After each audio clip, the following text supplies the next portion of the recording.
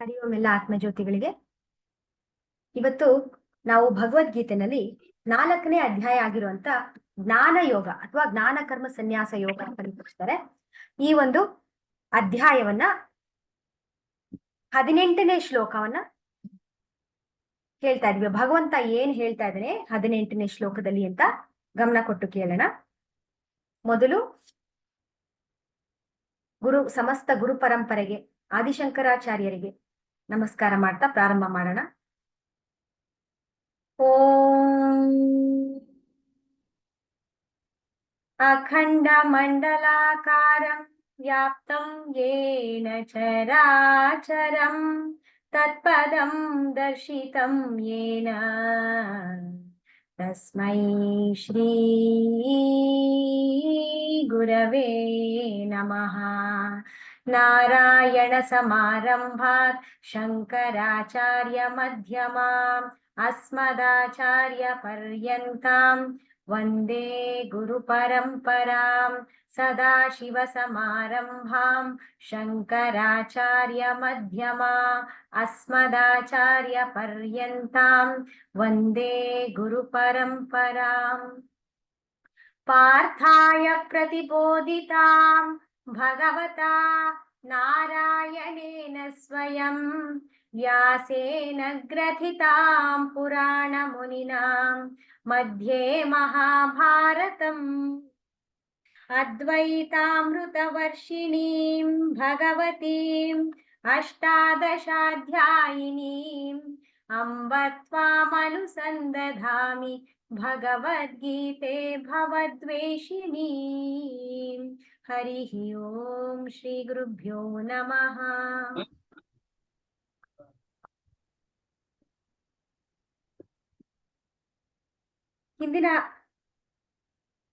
ಹಿಂದಿನ ಕ್ಲಾಸ್ನಲ್ಲಿ ನಾವು ಭಗವಂತ ಏನ್ ಹೇಳ್ತಾ ಇದ್ದಾನೆ, ನನ್ನನ್ನ ನೋಡಿ, ನನ್ನ ಕರ್ಮಗಳನ್ನ ನೋಡಿ, ನಾನ್ ಯಾವ ರೀತಿ ಮಾಡ್ತೀನಿ, ನಾನ್ ಯಾವ ರೀತಿ ಯೋಚನೆ ಮಾಡ್ತೀನಿ, ನಾನ್ ಹೇಗಿದ್ದೀನಿ ಅನ್ನೋದನ್ನ ನೀವು ನೋಡ್ಕೊಂಡ್ರೆ ನಿನ್ನ ಕರ್ಮಗಳು ಮುಕ್ತವಾಗತ್ತೆ ಅಂತ ಹೇಳ್ತಾ ಇದ್ದಾನೆ. 14ನೇ ಶ್ಲೋಕ.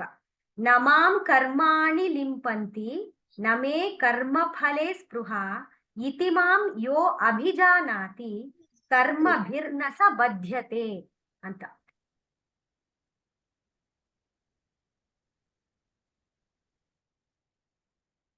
ಸೊ ಈ ಶ್ಲೋಕದಲ್ಲಿ ನಾವೇನಂತ ತಿಳ್ಕೊಂಡ್ವಿ, ನಿನಗೆ ಕರ್ಮ ಫಲಗಳು ಅಂಟಬಾರದು ಅಂತಂದ್ರೆ ತತ್ವದ ಮೂಲಕ, ತತ್ವದಿಂದ ನೀನು ನನ್ನನ್ನ ಅರ್ಥ ಮಾಡು. ತತ್ವದ ಮೂಲಕ ನೀನು ನನ್ನನ್ನ ಅರ್ಥ ಮಾಡ್ಕೊಂಡ್ರೆ ನಿನ್ನ ಕರ್ಮ ಫಲಗಳು ಕೂಡ ನಿನಗೆ ಅಂಟುವುದಿಲ್ಲ ಅಂತ ಹೇಳ್ತಾ ಇದ್ದಾನೆ. ನಾವು ಅದನ್ನ ನೋಡಿದ್ವಿ. ಹೇಗೆ ತತ್ವದಿಂದ ಹೇಗೆ ಅರ್ಥ ಮಾಡ್ಕೊಳ್ಳೋದು? ಭಗವಂತ ಅನ್ನೋದನ್ನ ನಾನು ಎಕ್ಸಾಂಪಲ್ ಕೊಟ್ಟೆ. ಭಗವಂತ ಅಂತಂದ್ರೆ ಏನು? ಅವನು ಯಾವುದಕ್ಕೂ ಅಂಟ್ಕೊಳ್ದೇ ಇರುವಂತವನು. ಅವನಿಗೆ 6 ಗುಣಗಳಿದೆ. ಭಗವಂತ ಐಶ್ವರ್ಯ, ಶ್ರೀ, ವೀರ್ಯ, ವೈರಾಗ್ಯ, ಜ್ಞಾನ, ಯಶಸ್ಸು. ಸೊ ಈ 6 ಗುಣಗಳು ಅವನಲ್ಲಿರುವುದರಿಂದ ಅವನು ಮಾಡುವಂತ ಪ್ರತಿಯೊಂದು ಕೆಲಸ ಈ ಬೇಸಿಸ್ ಮೇಲೆ ನಡೆಯುತ್ತೆ. ಹಾಗಾಗಿ ಅವನು ಭಗವಂತ ಆಗಿರೋದ್ರಿಂದ ಈ ಒಂದು ತತ್ವದಿಂದ ಅರ್ಥ ಮಾಡ್ಕೊಂಡ್ರೆ ನಿನಗೂ ಕೂಡ ಅಂಟೋದಿಲ್ಲ ಅಂತ ಹೇಳಿದ್ವಿ. ಆದ್ರೆ ನಿಜವಾಗ್ಲೂ ಏನ್ ಅರ್ಥ ಇದು? ಹಾಗಾದ್ರೆ ನಾನೇ ಭಗವಂತನ, ನನ್ನನ್ನ ಅರ್ಥ ಮಾಡ್ಕೊಂಡ್ರೆ ನಿನ್ನನ್ನ ನೀನು ಅರ್ಥ ಮಾಡ್ಕೊಂಡಂಗೆ ಅಂತ ಯಾಕೆ ಹೇಳ್ತಾ ಇದ್ದಾನೆ ಅಂತಂದ್ರೆ, ಅವನ್ ಹೇಳ್ತಾನೆ, ನನಗೆ ನಾನು ಇದನ್ನೆಲ್ಲದೂ ಸೃಷ್ಟಿ ಮಾಡಿದ್ದೀನಿ. ಯಾವುದು? ಗುಣಕರ್ಮ ವಿಭಾಗಶಃ 4 ರೀತಿಯ ಜನರನ್ನ ಸೃಷ್ಟಿ ಮಾಡಿದ್ದೀನಿ. ಬ್ರಾಹ್ಮಣ, ಮತ್ತೆ ವೈಶ್ಯ, ಕ್ಷತ್ರಿಯ, ಶೂದ್ರ, ಇವರನ್ನೆಲ್ಲ ಸೃಷ್ಟಿ ಮಾಡಿದ್ದೀನಿ. ಮತ್ತೆ ಲೋಕದ ಕಾರ್ಯಗಳು ನಡೀತಾ ಇದೆ, ಎಲ್ಲ ಪ್ರತಿಯೊಂದು ಕೆಲಸಗಳು ನಡೀತಾ ಇದೆ. ನಾನು ತನ್ನ ಪಾಡಿಗೆ ತನ್ನ ನಡ್ಕೊಂಡು ಹೋಗ್ತಾ ಇದ್ದೀನಿ. ಇದನ್ನೆಲ್ಲ ನಾನೇ ಮಾಡ್ತಾ ಇದ್ರು ಕೂಡ ಇದು ಯಾವುದು ನನಗೆ ಅಂಟುವುದಿಲ್ಲ ಅಂತ ಹೇಳ್ತಾನೆ. ಅಂದ್ರೆ ಅರ್ಥ ಏನು? ನನಗೆ ಅಂಟೋದಿಲ್ಲ ಅಂತಂದ್ರೆ ಹೇಗಿದಕ್ ಸಾಧ್ಯ? ಅಂಟದೇ ಇರೋಕ್ ಹೇಗ್ ಸಾಧ್ಯ? ಇದನ್ನ ನಾವು ಸ್ವಲ್ಪ ಅರ್ಥ ಮಾಡ್ಕೊಳ್ಬೇಕು. ಅಂಟದೇ ಇರೋಕ್ ಹೇಗ್ ಸಾಧ್ಯ? ನಾವೊಂದು ಎಕ್ಸಾಂಪಲ್ ಇದನ್ನ 2ನೇ ಚಾಪ್ಟರ್ ನಲ್ಲಿ ಸಾಂಖ್ಯ ಯೋಗದಲ್ಲಿ ಎಕ್ಸ್ಪ್ಲೇನ್ ಮಾಡಿದ್ದೆ. ಈಗ ನಾವೊಂದು ಮೂವಿಗೆ ಹೋಗ್ತೀವಿ. ಮೂವಿಗೆ ಹೋದ್ರೆ ನಮ್ಗೆ ಪಿಕ್ಚರ್ಸ್ ಗಳು ಕಾಣ್ತಾ ಇರುತ್ತೆ. ಕ್ಯಾರೆಕ್ಟರ್ಸ್ ಬರ್ತಾರೆ, ಹೀರೋ ಬರ್ತಾರೆ, ಹೀರೋಯಿನ್ ಬರ್ತಾಳೆ, ವಿಲ್ಲನ್ ಬರ್ತಾನೆ, ಮತ್ತೇನೋ ಕಾರ್ ಆಕ್ಸಿಡೆಂಟ್ಸ್ ಆಗುತ್ತೆ, ಮತ್ತೆ ಯಾರೋ ಫೈಟಿಂಗ್ ಆಗುತ್ತೆ, ಸತ್ತೋಗ್ಬಿಡ್ತಾರೆ, ಮತ್ತೆ ಒಬ್ರು ಮತ್ತೆ ಒಂದಾಗ್ತಾರೆ. ಹೀಗೆ ಎಷ್ಟೋ ಕ್ಯಾರೆಕ್ಟರ್ಸ್ ಬಂದ್ ಹೋಗ್ತಾ ಇರತ್ತೆ, ಸೀನ್ ಮೇಲೆ ನಡೀತಾ ಇರುತ್ತೆ, ಕ್ಯಾರೆಕ್ಟರ್ಸ್ ಎಲ್ಲ ಮೂವಿ ಸೀನ್ ಮೇಲೆ ನಡೀತಾ ಇರುತ್ತೆ. ಆದ್ರೆ ಯಾವುದೋ ಒಂದು ಯಾವುದಕ್ಕೂ ಅಟ್ಯಾಚ್ ಆಗದಿರ ಸುಮ್ಮನೆ ಇದೆ. ಯಾವುದದು? ಅದು ಹಿಂದೆ ಇರುವಂತ ಪರದೆ. ಆ ಪರದೆ ಮೇಲೆ ಈ ಒಂದು ನಾಟಕ ಡಿಸ್ಪ್ಲೇ ಆಗ್ತಾ ಇದೆ, ಈ ಮೂವಿ. ಚಲನಚಿತ್ರ ಅಂದ್ರೆ ಏನರ್ಥ? ಚಲನ ಅಂದ್ರೆ ಮೂವ್ ಆಗ್ತಾ ಇದೆ, ಚಿತ್ರ ಆ ಸ್ಕ್ರೀನ್ ಮೇಲೆ ಮೂವ್ ಆಗ್ತಾ ಇದೆ. But how is it possible? ಇವಾಗ ಆ ಸ್ಕ್ರೀನೇ ಇಲ್ದಲೆ ಹೋದ್ರೆ ಚಲನಚಿತ್ರ ಯಾವ್ದ್ರ ಮೇಲೆ ಪ್ಲೇ ಆಗುತ್ತೆ? You cannot play the movie without the screen.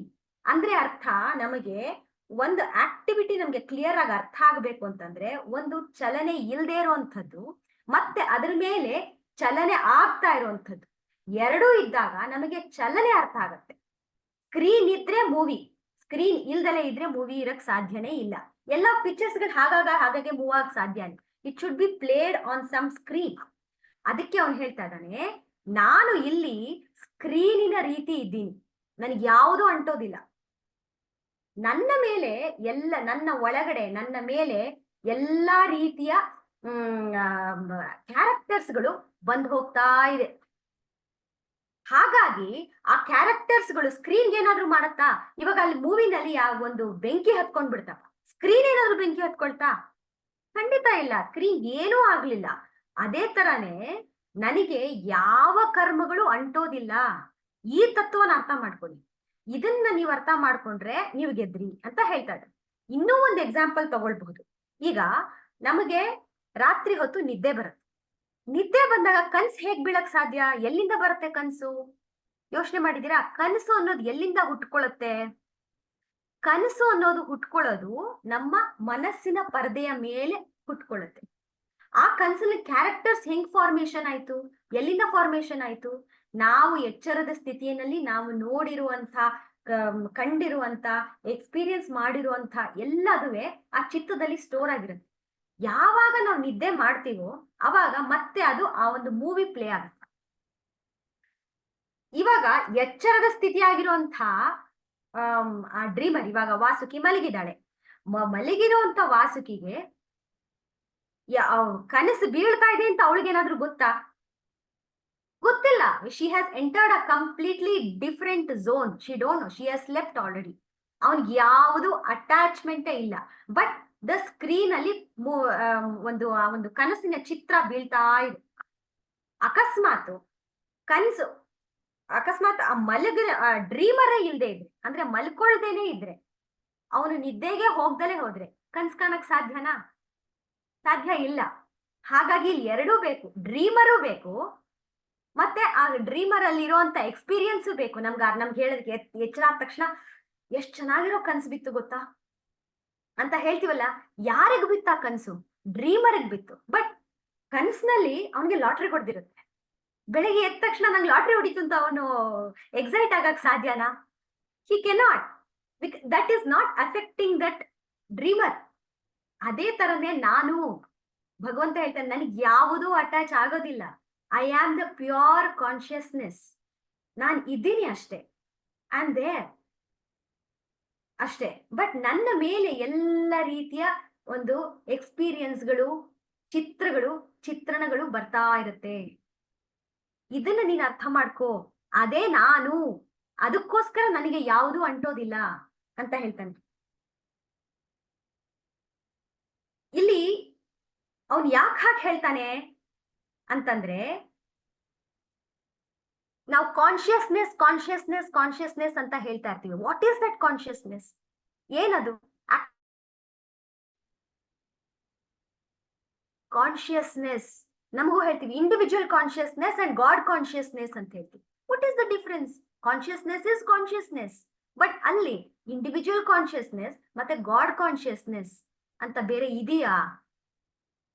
Individual ಅಂತಂದ್ರೆ ಏನು? ಆಕ್ಚುಲಿ ನೋಡಕ್ ಹೋದ್ರೆ, ಸ್ಪ್ಲಿಟ್ ಮಾಡಿದ್ರೆ ಇಟ್ ಈಸ್ ಇಂಡಿವಿಸಿಬಲ್. ಅದನ್ನ ಬೇರೆ ಮಾಡಕ್ ಸಾಧ್ಯನೇ ಆಗೋದಿಲ್ಲ. ಅದಕ್ಕೆ ಅದು ಇಂಡಿವಿಜುವಲ್ ಅಂತ ಬಂದಿರೋದು. ಅದು ತಗೊಂಡಿರೋದೇ ಇಂಡಿವಿಸಿಬಲ್ ಅಂತ. ಬಟ್ ನಾವೇನ್ ಮಾಡ್ಕೊಂಡಿದೀವಿ ಅಜ್ಞಾನದಲ್ಲಿ ಅದನ್ನ ಇಂಡಿವಿಜುವಲ್ ಅಂತ ನನ್ನನ್ನ I have separated my self and I am thinking I have separate consciousness of my own ಅಂತ ನಂದೇ ಒಂದು ಪ್ರಪಂಚನ ನಾನು ಸೃಷ್ಟಿ ಮಾಡ್ಕೊಳ್ತೀನಿ. ಆಗ ನನ್ ಕಾನ್ಶಿಯಸ್ನೆಸ್ ಅಂತ ಆಗತ್ತೆ. ಆದ್ರೆ ಇಲ್ಲಿ ಏನ್ ಹೇಳ್ತಾ ಇರೋದು, ಭಗವಂತ ಕಾನ್ಶಿಯಸ್ನೆಸ್ ಏನಂತ ಹೇಳ್ತಾ ಇದ್ದಾನೆ ಅಂತಂದ್ರೆ, ಅಲ್ಲಿ ಸತ್ತಿದೆ, ಪ್ಯೂರ್ ಕಾನ್ಶಿಯಸ್ನೆಸ್. ಪ್ಯೂರ್ ಕಾನ್ಶಿಯಸ್ನೆಸ್ ಅಂತಂದ್ರೆ ಇವಾಗ ನಾವು ನಮ್ಮ ಕಾನ್ಶಿಯಸ್ನೆಸ್ ಅಲ್ಲಿ ಎಷ್ಟೋ ಚಿತ್ರಣಗಳು ಬಂದ್ ಹೋಗುತ್ತೆ. ಅಂದ್ರೆ ನಮ್ ಎಕ್ಸ್ಪೀರಿಯನ್ಸಸ್ಗಳು, ಡೇ ಟು ಡೇ ಎಕ್ಸ್ಪೀರಿಯನ್ಸಸ್ಗಳು, ವಾಟ್ ವಿ ಡೂ, ಆ ಕಾನ್ಶಿಯಸ್ನೆಸ್ಗೆ ನಾವು ಅದಕ್ಕೆ ಅಟ್ಯಾಚ್ ಆಗ್ತೀವಿ. ನನಗದು ಬೇಕು ಅಂತ ಹಿಡ್ಕೊಂಡ್ಬಿಡ್ತೀವಿ. ಸಿಗದೆ ಇದಾಗ ದುಃಖ ಪಡ್ತೀವಿ. ದಿಸ್ ಈಸ್ ಮೀ ಅಂತ ಹೇಳ್ತೀವಿ. ಓ, ನನಗಿದು, ನನ್ನ ಕ್ಯಾರೆಕ್ಟರ್ ಇದು, ಐ ಆಮ್ ದಿಸ್, ನನ್ಗೆ ಇದನ್ ಬಿಟ್ರೆ ಇರಕ್ ಸಾಧ್ಯ ಇಲ್ಲ, this is not my cup of tea ಅಂತ ಹೇಳ್ತೀವಿ. I cannot think other than this ಅಂತ ಹೇಳ್ತೀವಿ. ಅಂದ್ರೆ you have separated yourself as a separate consciousness. ಆದ್ರೆ ಇಲ್ಲಿ ಭಗವಂತ ಏನ್ ಹೇಳ್ತಾ ಇದ್ದಾನೆ, ನಾನು ಬೇರೆ ಅಲ್ವೇ ಅಲ್ಲ, I am the total whole consciousness. ಆ ಟೋಟಲ್ ಹೋಲ್ ಕಾನ್ಶಿಯಸ್ನೆಸ್ಗೆ ಸತ್ ಅಂತ ಕರೀತಾರೆ. It is called only existence. Just ಇದೆ ಅಷ್ಟೇ. ಅದು ಎಲ್ಲಾ ಕಡೆ ಇದೆ, ಸಮಭಾಗದಿಂದ ಇದೆ. ಈ ಕಡೆ ಈ ರೂಮಲ್ಲಿ ಇದೆ, ಆ ರೂಮಲ್ಲಿ ಇಲ್ಲ ಅಂತಿಲ್ಲ. ಈ ಜಾಗದಲ್ಲಿ ಇವಾಗ ಎಷ್ಟೋ ಜನ ಹೇಳ್ತಾರೆ, ನಾನು ಹಿಮಾಲಯಕ್ಕೆ ಹೋಗಿ ಮೆಡಿಟೇಷನ್ ಮಾಡಿದ್ರೆ ನನಗೆ ಭಗವಂತನ ಸಾಕ್ಷಾತ್ಕಾರ ಆಗುತ್ತೆ. ತಪ್ಪು ಕಲ್ಪನೆ. ಹಿಮಾಲಯದಲ್ಲಿ ಭಗವಂತ ಇದ್ದಾನೆ ಅಂದ್ರೆ ಇಲ್ಲಿಲ್ವಾ? He is there everywhere. ಸತ್ ಅಂತಂದ್ರೆ ಏನು? ಎಕ್ಸಿಸ್ಟೆನ್ಸ್. ನಮಗೆ ಕಣ್ಣಿಗೆ ಕಾಣಿಸ್ತಾ ಇರೋಂತ, ಕಣ್ಣಿಗೆ ಕಾಣಿಸ್ದೇ ಇರೋ ಅಂತ ಎಲ್ಲದುವೆ ಇಟ್ ಇಸ್ ಜಸ್ಟ್ ದೇರ್. ಕೆಲವೊಂದು ಮ್ಯಾನಿಫೆಸ್ಟ್ ಆಗಿರುತ್ತೆ ಅಥವಾ ಮ್ಯಾನಿಫೆಸ್ಟ್ ಆಗಿರಲ್ಲ, ಆದ್ರೆ ಇಟ್ ಇಸ್ ದೇರ್ ಅಷ್ಟೆ, ಎಲ್ಲಾ ಕಡೆ ಇದೆ. ಇದಕ್ಕೆ ಸತ್ ಅಂತ ಹೇಳ್ತಾರೆ. ಇದನ್ನೇ ಹೇಳ್ತಾ ಇದ್ದೇನೆ, ಅದು ನಾನು, I am there like screen, I am just there everywhere. ಮತ್ತೆ ಚಿತ್ ಅಂತ ಹೇಳ್ತಾರೆ. ಚಿತ್ ಅಂತಂದ್ರೇನು? ನಿಮಗೆ ಬರುವಂತ ಎಕ್ಸ್ಪೀರಿಯನ್ಸ್ಗಳು ಗೆ ಜೀವ ತುಂಬುವಂಥದ್ದು ಈ consciousness. How do you know that something is happening? There is some consciousness, some awareness within you. ಏನೋ ಒಂದು ಅವೇರ್ನೆಸ್ ಇದೆ ಅಲ್ವಾ, ನನಗೆ ಈ ಒಂದು ಎಕ್ಸ್ಪೀರಿಯನ್ಸ್ ಆಗ್ತಾ ಇದೆ, ಇಲ್ಲಿ ಏನೋ ಒಂದು ಪದಾರ್ಥ ಇದೆ, ಇಲ್ಲಿ ನನ್ನ ಕೈನಲ್ಲಿ ಫೋನ್ ಇದೆ, ಬುಕ್ ಇದೆ, ಪೆನ್ ಇದೆ ಅಂತ ಅರಿವಿಗೆ ಬರ್ತಾ ಇದೆಯಾ? Existence is this phone, this is the phone is the existence. But do you know that this is phone? How do you know that this is phone? ಅದು ಅರಿವಿನಿಂದ ಸಾಧ್ಯ. That conscious, that which makes you to know, that is consciousness. Existence is pure being. Consciousness is pure knowledge, or you can tell awareness, pure awareness, which makes the things possible to know. ಅದು ನಾನು ಅಂತ ಹೇಳ್ತಾರೆ. ಆನಂದ, 3 ಗುಣಗಳಿದೆಯಂತೆ. 3 you can, ಗುಣಗಳು ಅಂತ ಹೇಳೋಕ್ಕಾಗಲ್ಲ ಅದನ್ನ. You can tell ಇವು 3 ಇರುವುದರಿಂದ ಅದಕ್ಕೆ ಪ್ಯೂರ್ ಕಾನ್ಶಿಯಸ್ನೆಸ್ ಅಂತ ಕರೀತಾರೆ. ರೂಪ, ಸ್ವರೂಪ ಅಂತ ಹೇಳ್ತಾರೆ. ಗುಣಗಳು ಅಂತ ಹೇಳಲ್ಲ, ಸ್ವರೂಪ. ಭಗವಂತನ ಸ್ವರೂಪ 3: ಸತ್, ಚಿತ್ ಮತ್ತೆ ಆನಂದ. ಸಚ್ಚಿದಾನಂದ ಅಂತ ಕರಿತೀನಿ. ಸೊ ಸಚ್ಚಿದಾನಂದ ಅಂತಂದ್ರೆ ಏನು?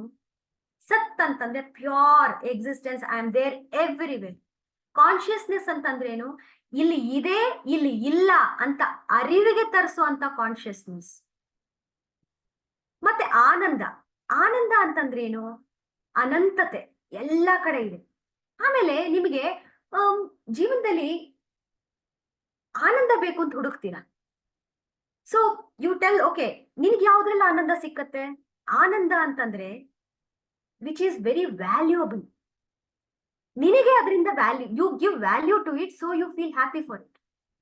ನಿನಗದ್ರ ಇವಾಗ ಕೆಲವರಿಗೆ ದುಡ್ಡಿನಿಂದ ಆನಂದ, ಕೆಲವರಿಗೆ ಮೆಡಿಟೇಷನ್ ಇಂದ ಆನಂದ, ಕೆಲವರಿಗೆ ಭಜನೆಯಿಂದ ಆನಂದ, ಕೆಲವರಿಗೆ ಕಾಫಿಯಿಂದ ಆನಂದ. So it is whatever you are giving value to it, it is called ಆನಂದ. ಅದು ನಾವೇನ್ ಮಾಡ್ತೀವಿ, ನನಗೆ ಇದಿಷ್ಟು ಬೇಕು, ನನಗಿದು ಬೇಕು ಅಂತ ನಾವೇನ್ ಮಾಡ್ತೀನಿ, ಇದನ್ನ ನನಗೆ ಆನಂದ ಸಿಕ್ಕತ್ತೆ ಅಂತ. I am making it very very limited for me, for consciousness. This is Arjuna who is making limited consciousness of his own self and telling. But Krishna is telling that I am that Ananda which gives value to whatever you are seeking for. ಈಗ ನಿನಗೆ ಎಲ್ಲ ಸಿಕ್ಕತ್ತೆ, ದುಡ್ಡು, ಸಂಸಾರ, ಗಂಡ, ಮಕ್ಕಳು, family, car, everything you have. But everything is useless unless you have the value for it. ನಿಂಗೆ ಅದಕ್ಕೆ ವ್ಯಾಲ್ಯೂ ಇಲ್ಲ ಅಂತಂದ್ರೆ ಅದ್ ಯಾವುದು ಇದ್ದಷ್ಟು ಬಿಟ್ರಷ್ಟು. ಹಾಗಾಗಿ ನಿನ್ನ ಜೀವನದಲ್ಲಿ ಪ್ರತಿಯೊಂದಕ್ಕೂ ಒಂದು ವ್ಯಾಲ್ಯೂ ಆಡ್ ಮಾಡ್ತಾ ಇರುವಂತದ್ದು ಯಾವುದು? ಆನಂದ. ಸೊ ಈ ಆನಂದ ನನ್ನಿಂದ ಬರ್ತಾ ಇದೆ. ಯಾರಿಂದ ಬರ್ತಾ ಇದೆ? ಎಕ್ಸಿಸ್ಟೆನ್ಸ್ ಇಂದ, ಕಾನ್ಶಿಯಸ್ನೆಸ್ ಇಂದ, ಮತ್ತೆ ನಾನು ಎಲ್ಲಾ ಕಡೆ ಇರುವಂತ I am giving value to whatever you are having in your. So I am that ಸಚ್ಚಿದ್ ಆನಂದ ಅಂತ ಹೇಳ್ತಾನೆ. ಸೊ ಇದನ್ನ ನೀನು ಅರ್ಥ ಮಾಡ್ಕೋ ಅಂತ ಹೇಳ್ತಾ ಇದ್ದಾನೆ.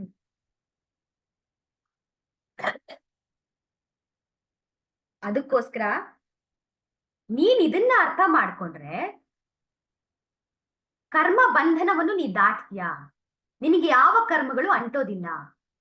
ಹೌ? ಹೇಗ್ ಸಾಧ್ಯ?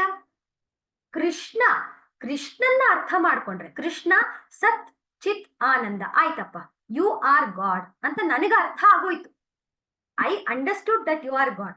But how can that understanding liberate me? ನನಗೆ ಹೇಗೆ ಬಂಧನದಿಂದ ಮುಕ್ತಿ ಆಗಕ್ ಸಾಧ್ಯ ಆಗುತ್ತೆ? ಯಾಕೆ ಅಂದ್ರೆ ಅರ್ಜುನ, ನಾನೇ ನೀನು, ನೀನೇ ನಾನು. ತತ್ವಂ ಅಸಿ. ತತ್ ಅಂತಂದ್ರೆ ಏನು? ಅದು. ತ್ವಂ ನೀನು, ಅಸಿ same. But what you are doing is you have brought everything to that limited consciousness. ಅಜ್ಞಾನ. You don't have that. Okay, ನಾನು ಅನಂತ ಅನ್ನೋ ಜ್ಞಾನ ನಿನ್ನ ನಿಲ್ದೇ ಇರೋದ್ರಿಂದ you identify with this body. Okay, ಈ ಬಾಡಿ ನಂದು, ಈ ಪೇನ್ ನನಗಾಗ್ತಾ ಇದೆ, ಇದು ನನಗ್ ಸಿಗ್ತಾ ಇದೆ, ಸೊ ಹಾಗಾಗಿ ನಾನು ಇದನ್ನ ಗಳಿಸ್ಕೋಬೇಕು. So you have made the world very small. ಹಾಗಾಗಿ ನೀನ್ ಏನ್ ಮಾಡ್ತಿದ್ಯಾ? ನನ್ನನ್ನ ನೀನ್ ಅರ್ಥ ಮಾಡ್ಕೊಳಕ್ ಆಗ್ತಾ ಇಲ್ಲ. ನೀನ್ ನನ್ನ ಸ್ಥಾನದಲ್ಲಿ ನಿಂತ್ಕೊಂಡು ನೋಡು. Don't identify with a body, you identify with the whole pure consciousness. ಅವಾಗ ಏನಾಗುತ್ತೆ ನಿನಗೆ? ಈ ದೇಹನೂ ಈ ಕಾನ್ಶಿಯಸ್ನೆಸ್ ಅಲ್ಲಿ ಒಂದು ದೊಡ್ಡ ಸ್ಕ್ರೀನ್ ಇದೆ. ಆ ದೊಡ್ಡ ಸ್ಕ್ರೀನ್ ಅಲ್ಲಿ ಒಂದು ಚಿಕ್ಕ ಡಾಟ್ ಇದೆ, ಪ್ಲೇನ್ ವೈಟ್ ಸ್ಕ್ರೀನ್. ಅದ್ರ ಮಧ್ಯೆ ಒಂದು ಚಿಕ್ಕ ಡಾಟ್ ಇದೆ. ನಾವೇನಂತ ಅನ್ಕೊಳ್ತಾ ಇದೀವಿ? ಐ ಆಮ್ ದಟ್ ಡಾಟ್ ಅಂತ you are identifying yourself. ಅವಾಗ ನೀನು ಯು ಆರ್ ವೆರಿ ಸ್ಮಾಲ್. ಅಯ್ಯೋ, how can I become God ಅಂತ ನೀವು ಅದ್ರೊಳಗೆ ಐಡೆಂಟಿಫೈ ಮಾಡ್ಕೊಂಡ್ ಬಿಟ್ಟಿದ್ದೀರಾ. ಆದ್ರೆ ಆಕ್ಚುಲಿ ನಾನು ಹೇಳ್ತಾ ಇರೋದು ಯಾರು? I am that full white broad screen. ನಾನೇ ಆ ಕಾನ್ಶಿಯಸ್ನೆಸ್ ಅಂತ ಅರ್ಥ ಮಾಡ್ಕೊಳ್ಳಿ. ಅವಾಗ ಏನಾಗುತ್ತೆ? ಆ dot is in the consciousness. ಅಂದ್ರೆ ಅರ್ಥ, body, Poornima's body or Jayshree's body or Vasuki's body is in that whole consciousness. The world is in the consciousness and the pictures of the world, ನಮ್ಗೆ ಸಿಗ್ತಾ ಇರುವಂತ ಫ್ರೆಂಡ್ಸ್ ಆಗ್ಲಿ, situations ಆಗ್ಲಿ, ಬರ್ತಾ ಇರುವಂತ ಪ್ರತಿಯೊಂದನು ಅಲ್ಲಿ ಬರ್ತಾ ಇರುವಂತ ಕಾನ್ಶಿಯಸ್ ನಲ್ಲಿ ಎಕ್ಸಿಬಿಟ್ ಆಗ್ತಾ ಇರುವಂತ pictures. So whom are you identifying with? You are only identifying with the dot, not with the whole consciousness. The whole is pure. That is Satchidananda. The dot is you, which you are identifying it, but it is not that. ಈ ತತ್ವನ ನೀನು ಅರ್ಥ ಮಾಡು. ನೀನ್ ಇವಾಗ ಯಾವಾಗ ನೀನ್ ಅರ್ಥ ಮಾಡ್ಕೊಡ್ತೀಯೋ ಅವಾಗ ನಿನ್ನ ಕರ್ಮಗಳು ಯಾವ ರೀತಿ ಇರುತ್ತೆ? ನನಗ್ ಬೇಕು ಬೇಕು ಬೇಕು ಅನ್ನೋದು ಇರೋದಿಲ್ಲ. Because you are all in all. ಹಾಗಾಗಿ ನಿನ್ನ ಪ್ರತಿಯೊಂದು ಕರ್ಮಗಳು ಚೇಂಜ್ ಆಗ್ತಾ ಹೋಗುತ್ತೆ. If you start understanding this concept, this it is not a concept, this ultimate truth, this is the truth. ಇದನ್ನ ಅರ್ಥ ಮಾಡ್ಕೋ. ಅವಾಗ ಏನಾಗತ್ತೆ? ಅವನ್ ಹೇಳದ್ನಲ್ಲ ಮುಂಚೆ, ಆ ಭಗವಂತ, ಐಶ್ವರ್ಯ ಅದು ಅವಂದೇ, ಶ್ರೀ ಅದು ಅವಂದೇ, ವೀರ್ಯ ಅದು ಅವಂದೇ, ವೈರಾಗ್ಯ ಮತ್ತೆ ಜ್ಞಾನ, ಯಶಸ್ಸು ಎಲ್ಲವೂ ಅದ್ರೊಳಗೆ ಬರುತ್ತೆ. ಸೊ ಹಾಗಾಗಿ ಎಲ್ಲವೂ ನಿನ್ನದೇ ಆಯ್ತಲ್ಲ. ಹಾಗಾಗಿ ನೀನು if you have to transcend, you have to understand me by the ತತ್ವ. ಭಗವಂತ ಯಾರು ಅಂತ ಆ ರೀತಿ ಅರ್ಥ ಮಾಡ್ಕೋ ಅಂತ ಹೇಳ್ತಾ ಇದ್ದಾನೆ. ನಮಾಂ ಕರ್ಮಾಣಿ ಲಿಂಪಂತಿ ನಮೇ ಕರ್ಮ ಫಲೇ ಸ್ಪೃಹ ಇತಿ ಮಾಂ ಯೋ ಅಭಿಜಾನಾತಿ ಕರ್ಮಭಿರ್ನ ಸ ಬದ್ಧತೆ. ಇದು 14ನೇ ಶ್ಲೋಕ.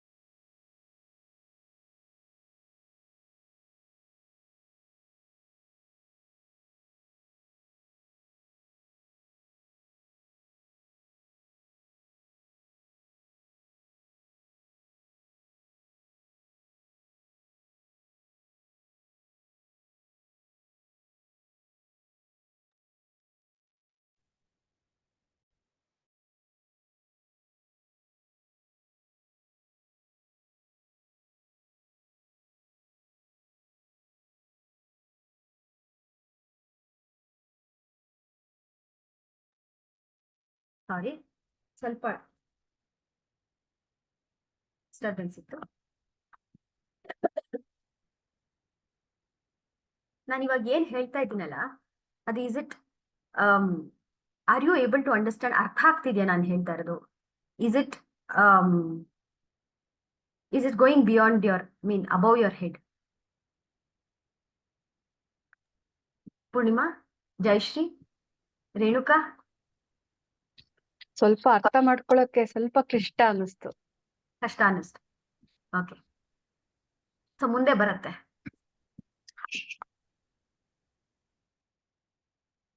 ಅದಕ್ಕೆ ಅವನು 15ನೇ ಶ್ಲೋಕದಲ್ಲಿ ಏನ್ ಹೇಳ್ತಾನೆ? ಏವಂ ಜ್ಞಾತ್ವಾ ಕೃತಂ ಕರ್ಮ ಪೂರ್ವೈರಪಿ ಮುಮುಕ್ಷುಭಿಃ ಕುರು ಕರ್ಮೈವ ತಸ್ಮಾತ್ ತ್ವಂ ಪೂರ್ವತರಂ ಕೃತಂ. ಹಾಗಾಗಿ ಈ ಒಂದು ಕರ್ಮದ ಒಂದು ತತ್ವವನ್ನು ಅರ್ಥ ಮಾಡಿಕೊಂಡು ಸಾಕಷ್ಟು ಜನ ಪೂರ್ವಜರು ಮುಕ್ತರಾಗಿ ಹೋಗಿದ್ದಾರೆ. ನೀನು ಕೂಡ ಇದನ್ನ ಅರ್ಥ ಮಾಡಿಕೊಂಡು ನೀನು ಮುಕ್ತರಾಗಿ ಹೋಗು, ನೀನು ಮುಕ್ತಿಯನ್ನು ಪಡಿ. ಇದನ್ನ ಅರ್ಥ ಮಾಡ್ಕೋ, ಕರ್ಮ ಬಂಧನದಿಂದ ಮುಕ್ತಿಯನ್ನು ಪಡಿತ್ಯಾ ಅಂತ 15ನೇ ಶ್ಲೋಕದಲ್ಲಿ ಹೇಳ್ತಾನೆ.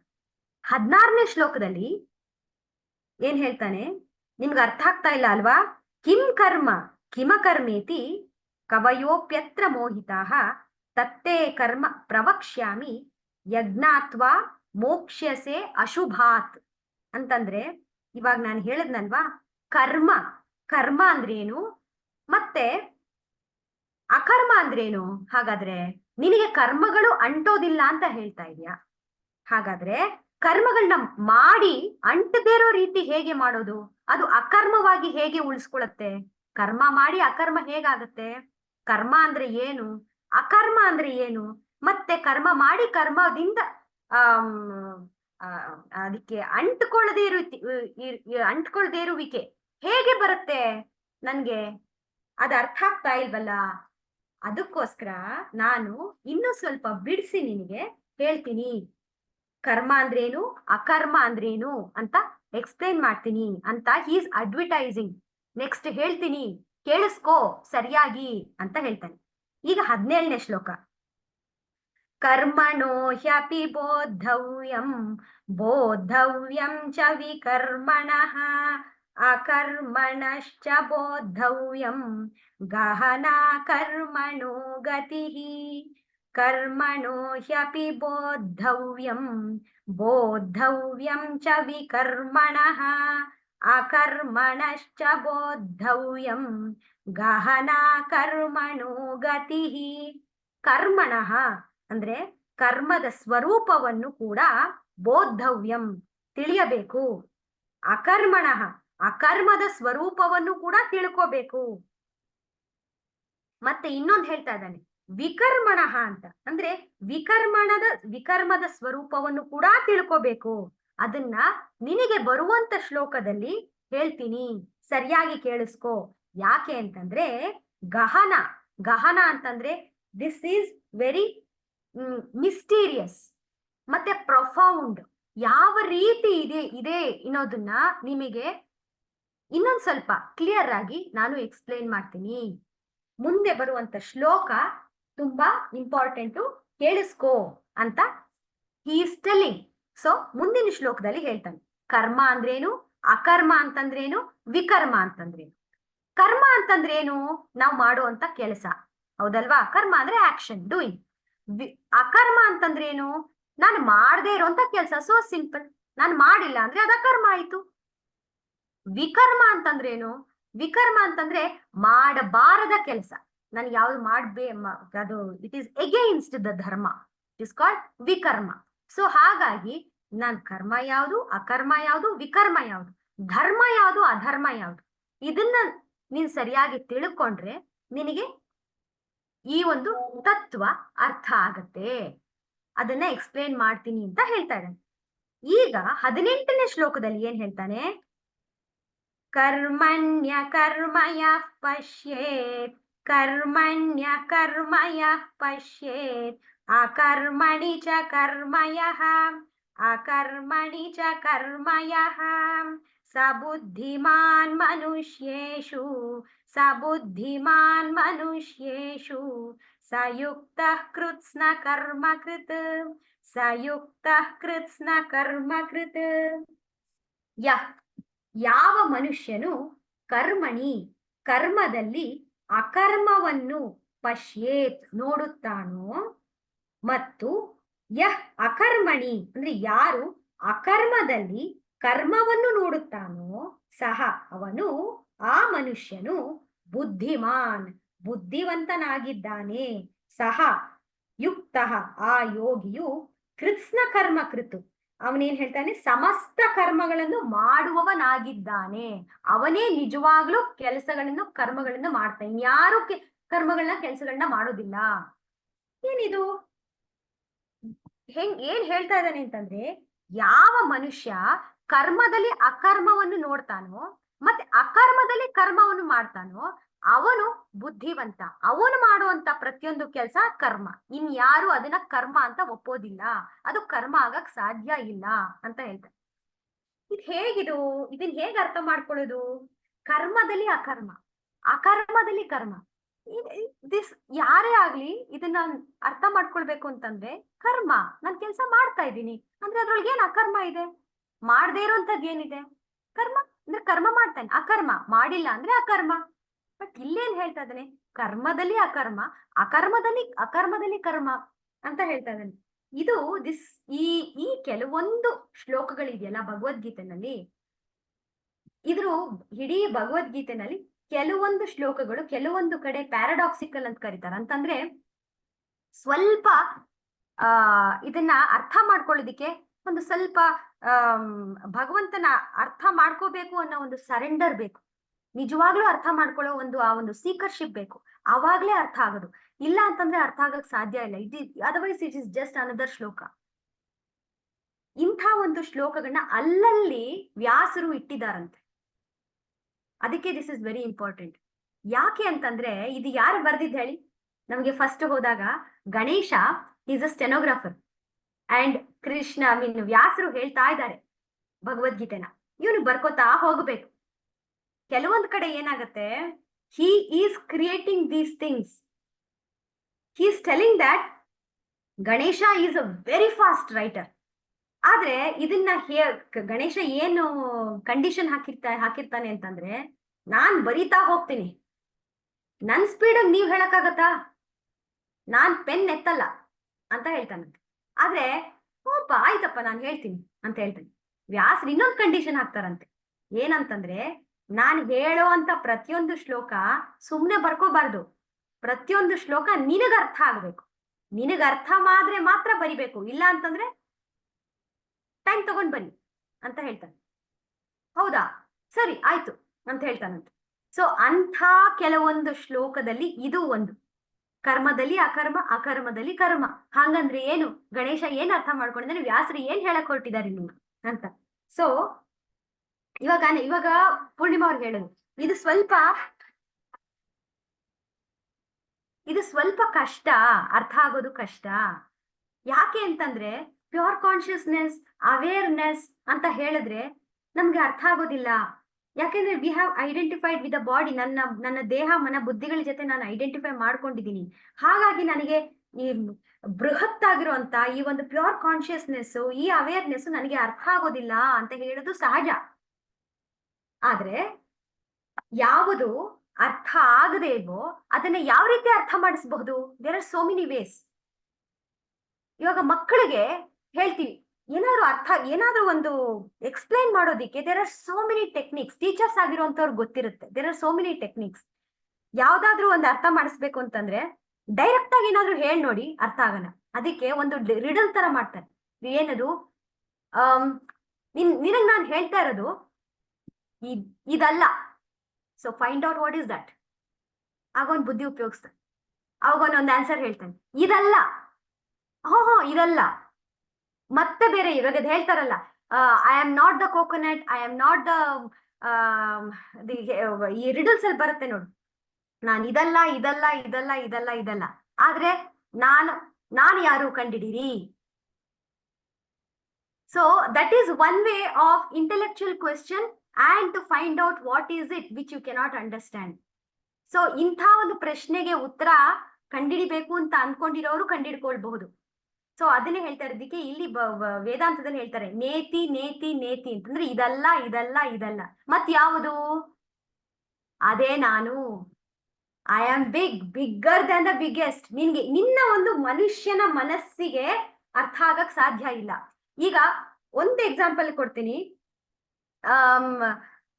If we have to see the microscopic organisms, can we see through this eyes? It is not possible. ನಮಗೆ ಸಾಧ್ಯ ಇಲ್ಲ. ಅದಕ್ಕೆ ಬೇಕಾಗಿರುವಂತ ಒಂದು ಅದಕ್ಕೆ ಅಂತಾರೆ ಮೈಕ್ರೋಸ್ಕೋಪ್ ಬೇಕು. ಆ ಮೈಕ್ರೋಸ್ಕೋಪ್ ನ ಉಪಯೋಗಿಸಿದಾಗ ನಮಗೆ ಅಲ್ಲಿ ಒಳಗಡೆ ಆ ಚಿಕ್ಕ ಚಿಕ್ಕ ಮೈಕ್ರೋ ಆರ್ಗ್ಯಾನಿಸಮ್ಸ್ ನೋಡೋದಿಕ್ಕೆ ಸಹಾಯ ಆಗುತ್ತೆ.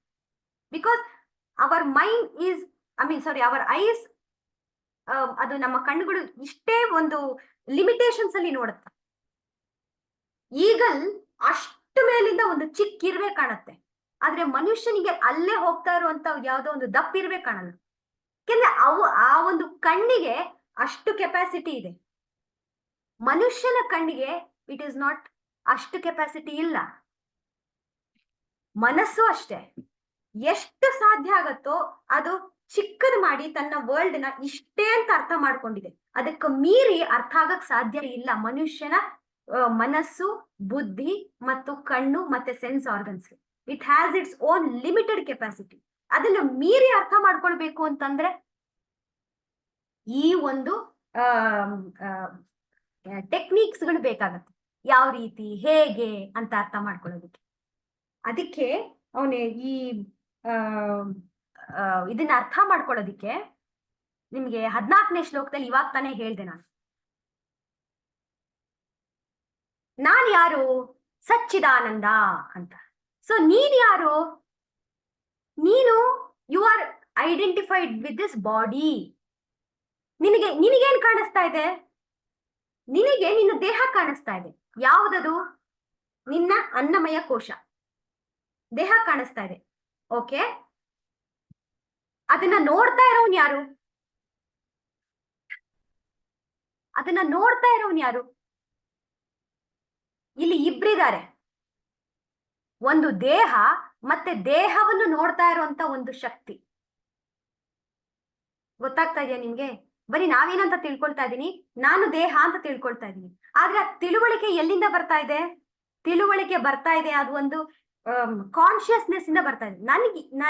There are 2 persons here. ಒಬ್ಬ ಒಂದು ಎಕ್ಸ್ಪೀರಿಯನ್ಸ್, ಇನ್ನೊಂದು ಹೂ ಈಸ್ ಎಕ್ಸ್ಪೀರಿಯನ್ಸಿಂಗ್ ದಿಸ್. ನಾನು ದೇಹ ಅಂತ ಗೊತ್ತಾಗ್ತಾ ಇರೋದು ಯಾರಿಗೆ? ಇಲ್ಲಿ ಎರಡಿದೆ. ಒಂದು ಕೆಲಸ ಮಾಡ್ತಾ ಇದೆ, ಆ ಕೆಲಸ ಮಾಡ್ತಾ ಇರೋದನ್ನ ದೃಷ್ಟಿಸಿ ಇನ್ನೊಂದು ನೋಡ್ತಾ ಇದೆ. That is called witness consciousness. ಅದ್ ಯಾವ ಕೆಲಸವನ್ನು ಮಾಡ್ತಾ ಇಲ್ಲ, ಬರೀ ನೋಡ್ತಾ ಇದೆ. ನಿಮಗೆ ಅರಿವಿಗೆ ಬರ್ತಾ ಇದೆ, ನಾನು ಏನದು ಚಪಾತಿ ಹಿಟ್ ಕಲಿಸ್ತಾ ಇದ್ದೀನಿ ಅಂತ ಗೊತ್ತಾಗ್ತಾ ಇದೆ ಅವ್ರಿಗೆ.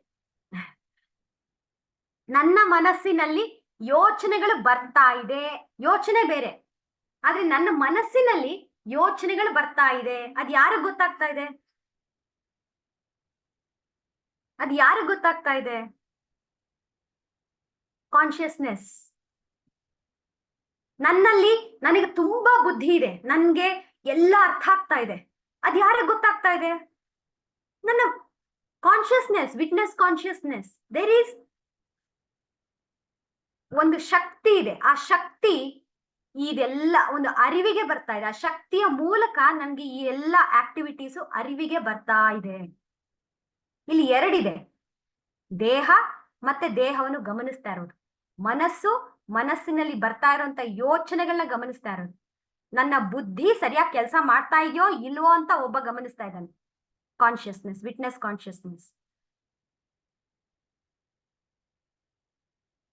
ಆಮೇಲೆ ಇದು ಯಾವುದೂ ಬೇಡಪ್ಪ, ನಾನು ಕಣ್ಣು ಮುಚ್ಚಿ ಕೂತ್ಕೊಂಡಾಗ ನನ್ಗೆ ಯಾವ ಥಾಟ್ಸು ಇಲ್ಲ, ಏನು ಇಲ್ಲ, ಪೀಸ್ಫುಲ್ ಆಗಿದ್ದೀನಿ ಅಂದ್ರೆ ಅರ್ಥ ಅಲ್ಲಿ ಆ ಪೀಸ್ಫುಲ್ ಆಗಿದ್ದೀನಿ, ನನ್ನ ಮೈಂಡ್ ಬ್ಲಾಂಕ್ ಆಗಿದೆ ಅಂತನಾದ್ರೂ ಗೊತ್ತಾಗ್ಬೇಕಲ್ಲ. ಅದು ಕೂಡ ಯಾರಿಗೋ ಗೊತ್ತಾಗ್ತಾ ಇದೆ. ಕೇಳಿದ್ರೆ ಹೇಗ ಅನ್ನಿಸ್ತು ನಿನ್ಗೆ? ರಾತ್ರಿ ಚೆನ್ನಾಗಿ ನಿದ್ದೆ ಬಂತ ಅಂತ ಕೇಳಿದ್ರೆ ಏನಂತೇವಿ? ಓ, ನನಗೆ ರಾತ್ರಿ ತುಂಬಾ ಚೆನ್ನಾಗಿ ನಿದ್ದೆ ಬಂತು, ಆದ್ರೆ ಕನ್ಸೇ ಬೀಳಿಲ್ಲ, ಏನೂ ಬೀಳಿಲ್ಲ ನನ್ಗೆ ಕನ್ಸು. ಅಷ್ಟು ಚೆನ್ನಾಗಿ ನಿದ್ದೆ ಬಂತು ಅಂದ್ರೆ ಎಕ್ಸ್ಪ್ಲೇನೇ ಮಾಡಕ್ಕಾಗಲ್ಲ. ಕನ್ಸಾದ್ರೂ ಸ್ವಲ್ಪ ನಮ್ಗೆ ಡಿಸ್ಟರ್ಬೆನ್ಸ್ ಕ್ರಿಯೇಟ್ ಮಾಡುತ್ತೆ. ಕನ್ಸೇ ಬೀಳಿಲ್ಲ, ಅಷ್ಟ್ ಚೆನ್ನಾಗಿ ನಿದ್ದೆ ಬಂತು. ಗೊತ್ತಾಗ್ತಾ ಇರೋದು ಯಾರಿಗೆ? ಬ್ಲಾಂಕ್ನೆಸ್ ಕೂಡ ಗೊತ್ತಾಗ್ತಾ ಇದೆ. ಅಂದ್ರೆ ಇಲ್ಲಿ ಎರಡಿದೆ, ಒಂದು ಎಕ್ಸ್ಪೀರಿಯನ್ಸ್ ಆಗ್ತಾ ಇದೆ, ಮತ್ತೆ ಇನ್ನೊಂದು ಎಕ್ಸ್ಪೀರಿಯನ್ಸ್ ಆಗ್ತಾ ಇದೆ ಅಂತ ಗೊತ್ತಾಗ್ತಾ ಇದೆ. ಎರಡಿದಾರಿ. ಅಂದ್ರೆ ಇಲ್ಲಿ ನಾವು ನೋಡ್ಬೇಕು, ಒಂದರಲ್ಲಿ ಕರ್ಮ ನಡೀತಾ ಇದೆ, ಎಕ್ಸ್ಪೀರಿಯನ್ಸ್ ನಡೀತಾ ಇದೆ, ದೇಹ ಓಡ್ತಾ ಇದೆ, ಸಿಚುವೇಶನ್ಸ್ ಗಳು ಬರ್ತಾ ಇದೆ, ಜನರು ಬರ್ತಾ ಇದ್ದಾರೆ, ನಾನು ಕೆಲಸ ಮಾಡ್ತಾ ಇದ್ದೀನಿ, ನನ್ಗೆ ಯೋಚನೆಗಳು ಬರ್ತಾ ಇದೆ, ನನ್ಗೆ ದುಃಖ ಆಗ್ತಾ ಇದೆ, ನನ್ ಖುಷಿ ಆಗ್ತಾ ಇದೆ. ಇಲ್ಲಿ ಕರ್ಮ ನಡೀತಾ ಇದೆ, ಕರ್ಮ is happening. But behind the ಕರ್ಮ there is one there is one thing which is not disturbed but only knows what is happening. ಸುಮ್ಮನೆ ಇದೆ ಅಷ್ಟೇ.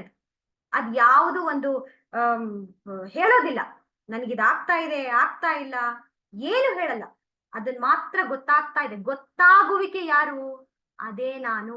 ಅಲ್ಲಿ ಅಕರ್ಮ ಇದೆ. ಅಕರ್ಮ ಅಂತಂದ್ರೆ ಏನು? ಯಾವ ಆಕ್ಷನ್ಸು ಇಲ್ಲ, ಎರಡು ಒಟ್ಟೊಟ್ಟಿಗೆ ನಡೀತಾ ಇದೆ.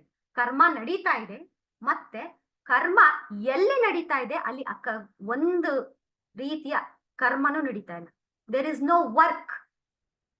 Because there is no work, you are able to see the work. Example, same example, screen is there. Screen ಅಕರ್ಮ, ಏನು ಮಾಡ್ತಾ ಇಲ್ಲ. ಸ್ಕ್ರೀನ್ ಮೇಲೆ ಪ್ಲೇಯರ್ಸು, ಮೂವಿ ಕ್ಯಾರೆಕ್ಟರ್ಸು ಬಂದು ಪ್ಲೇ ಆಗ್ತಾ ಇದೆ, ಕರ್ಮ ನಡೀತಾ ಇದೆ. ಸೊ ಹಾಗಾಗಿ ಆ ಕರ್ಮನೂ ಇದೆ, ಕರ್ಮನೂ ಇದೆ, ಎರಡಿದೆ ಅಂತ ಅರ್ಥ ಮಾಡ್ಕೊಂಡು. ಈಗ ಕರ್ಮ ಮತ್ತೆ ಅಕರ್ಮದಲ್ಲಿ ಸ್ಕ್ರೀನ್ ಇಲ್ದಲೆ ಹೋದ್ರೆ ಕರ್ಮ ನಡೆಯಕ್ ಸಾಧ್ಯನೇ ಇಲ್ಲ. ಸ್ಕ್ರೀನ್ ಇಲ್ದಲೆ ಹೋದ್ರೆ ಮೂವಿ ಪ್ಲೇ ಆಗಕ್ ಸಾಧ್ಯನೇ ಇಲ್ಲ. ಸೊ ಕರ್ಮ ಎಲ್ಲಿಂದ ಬಂತು, ಎಲ್ಲಿಂದ ಹುಟ್ಕೊಳ್ತಾ ಇದೆ? From where is it happening?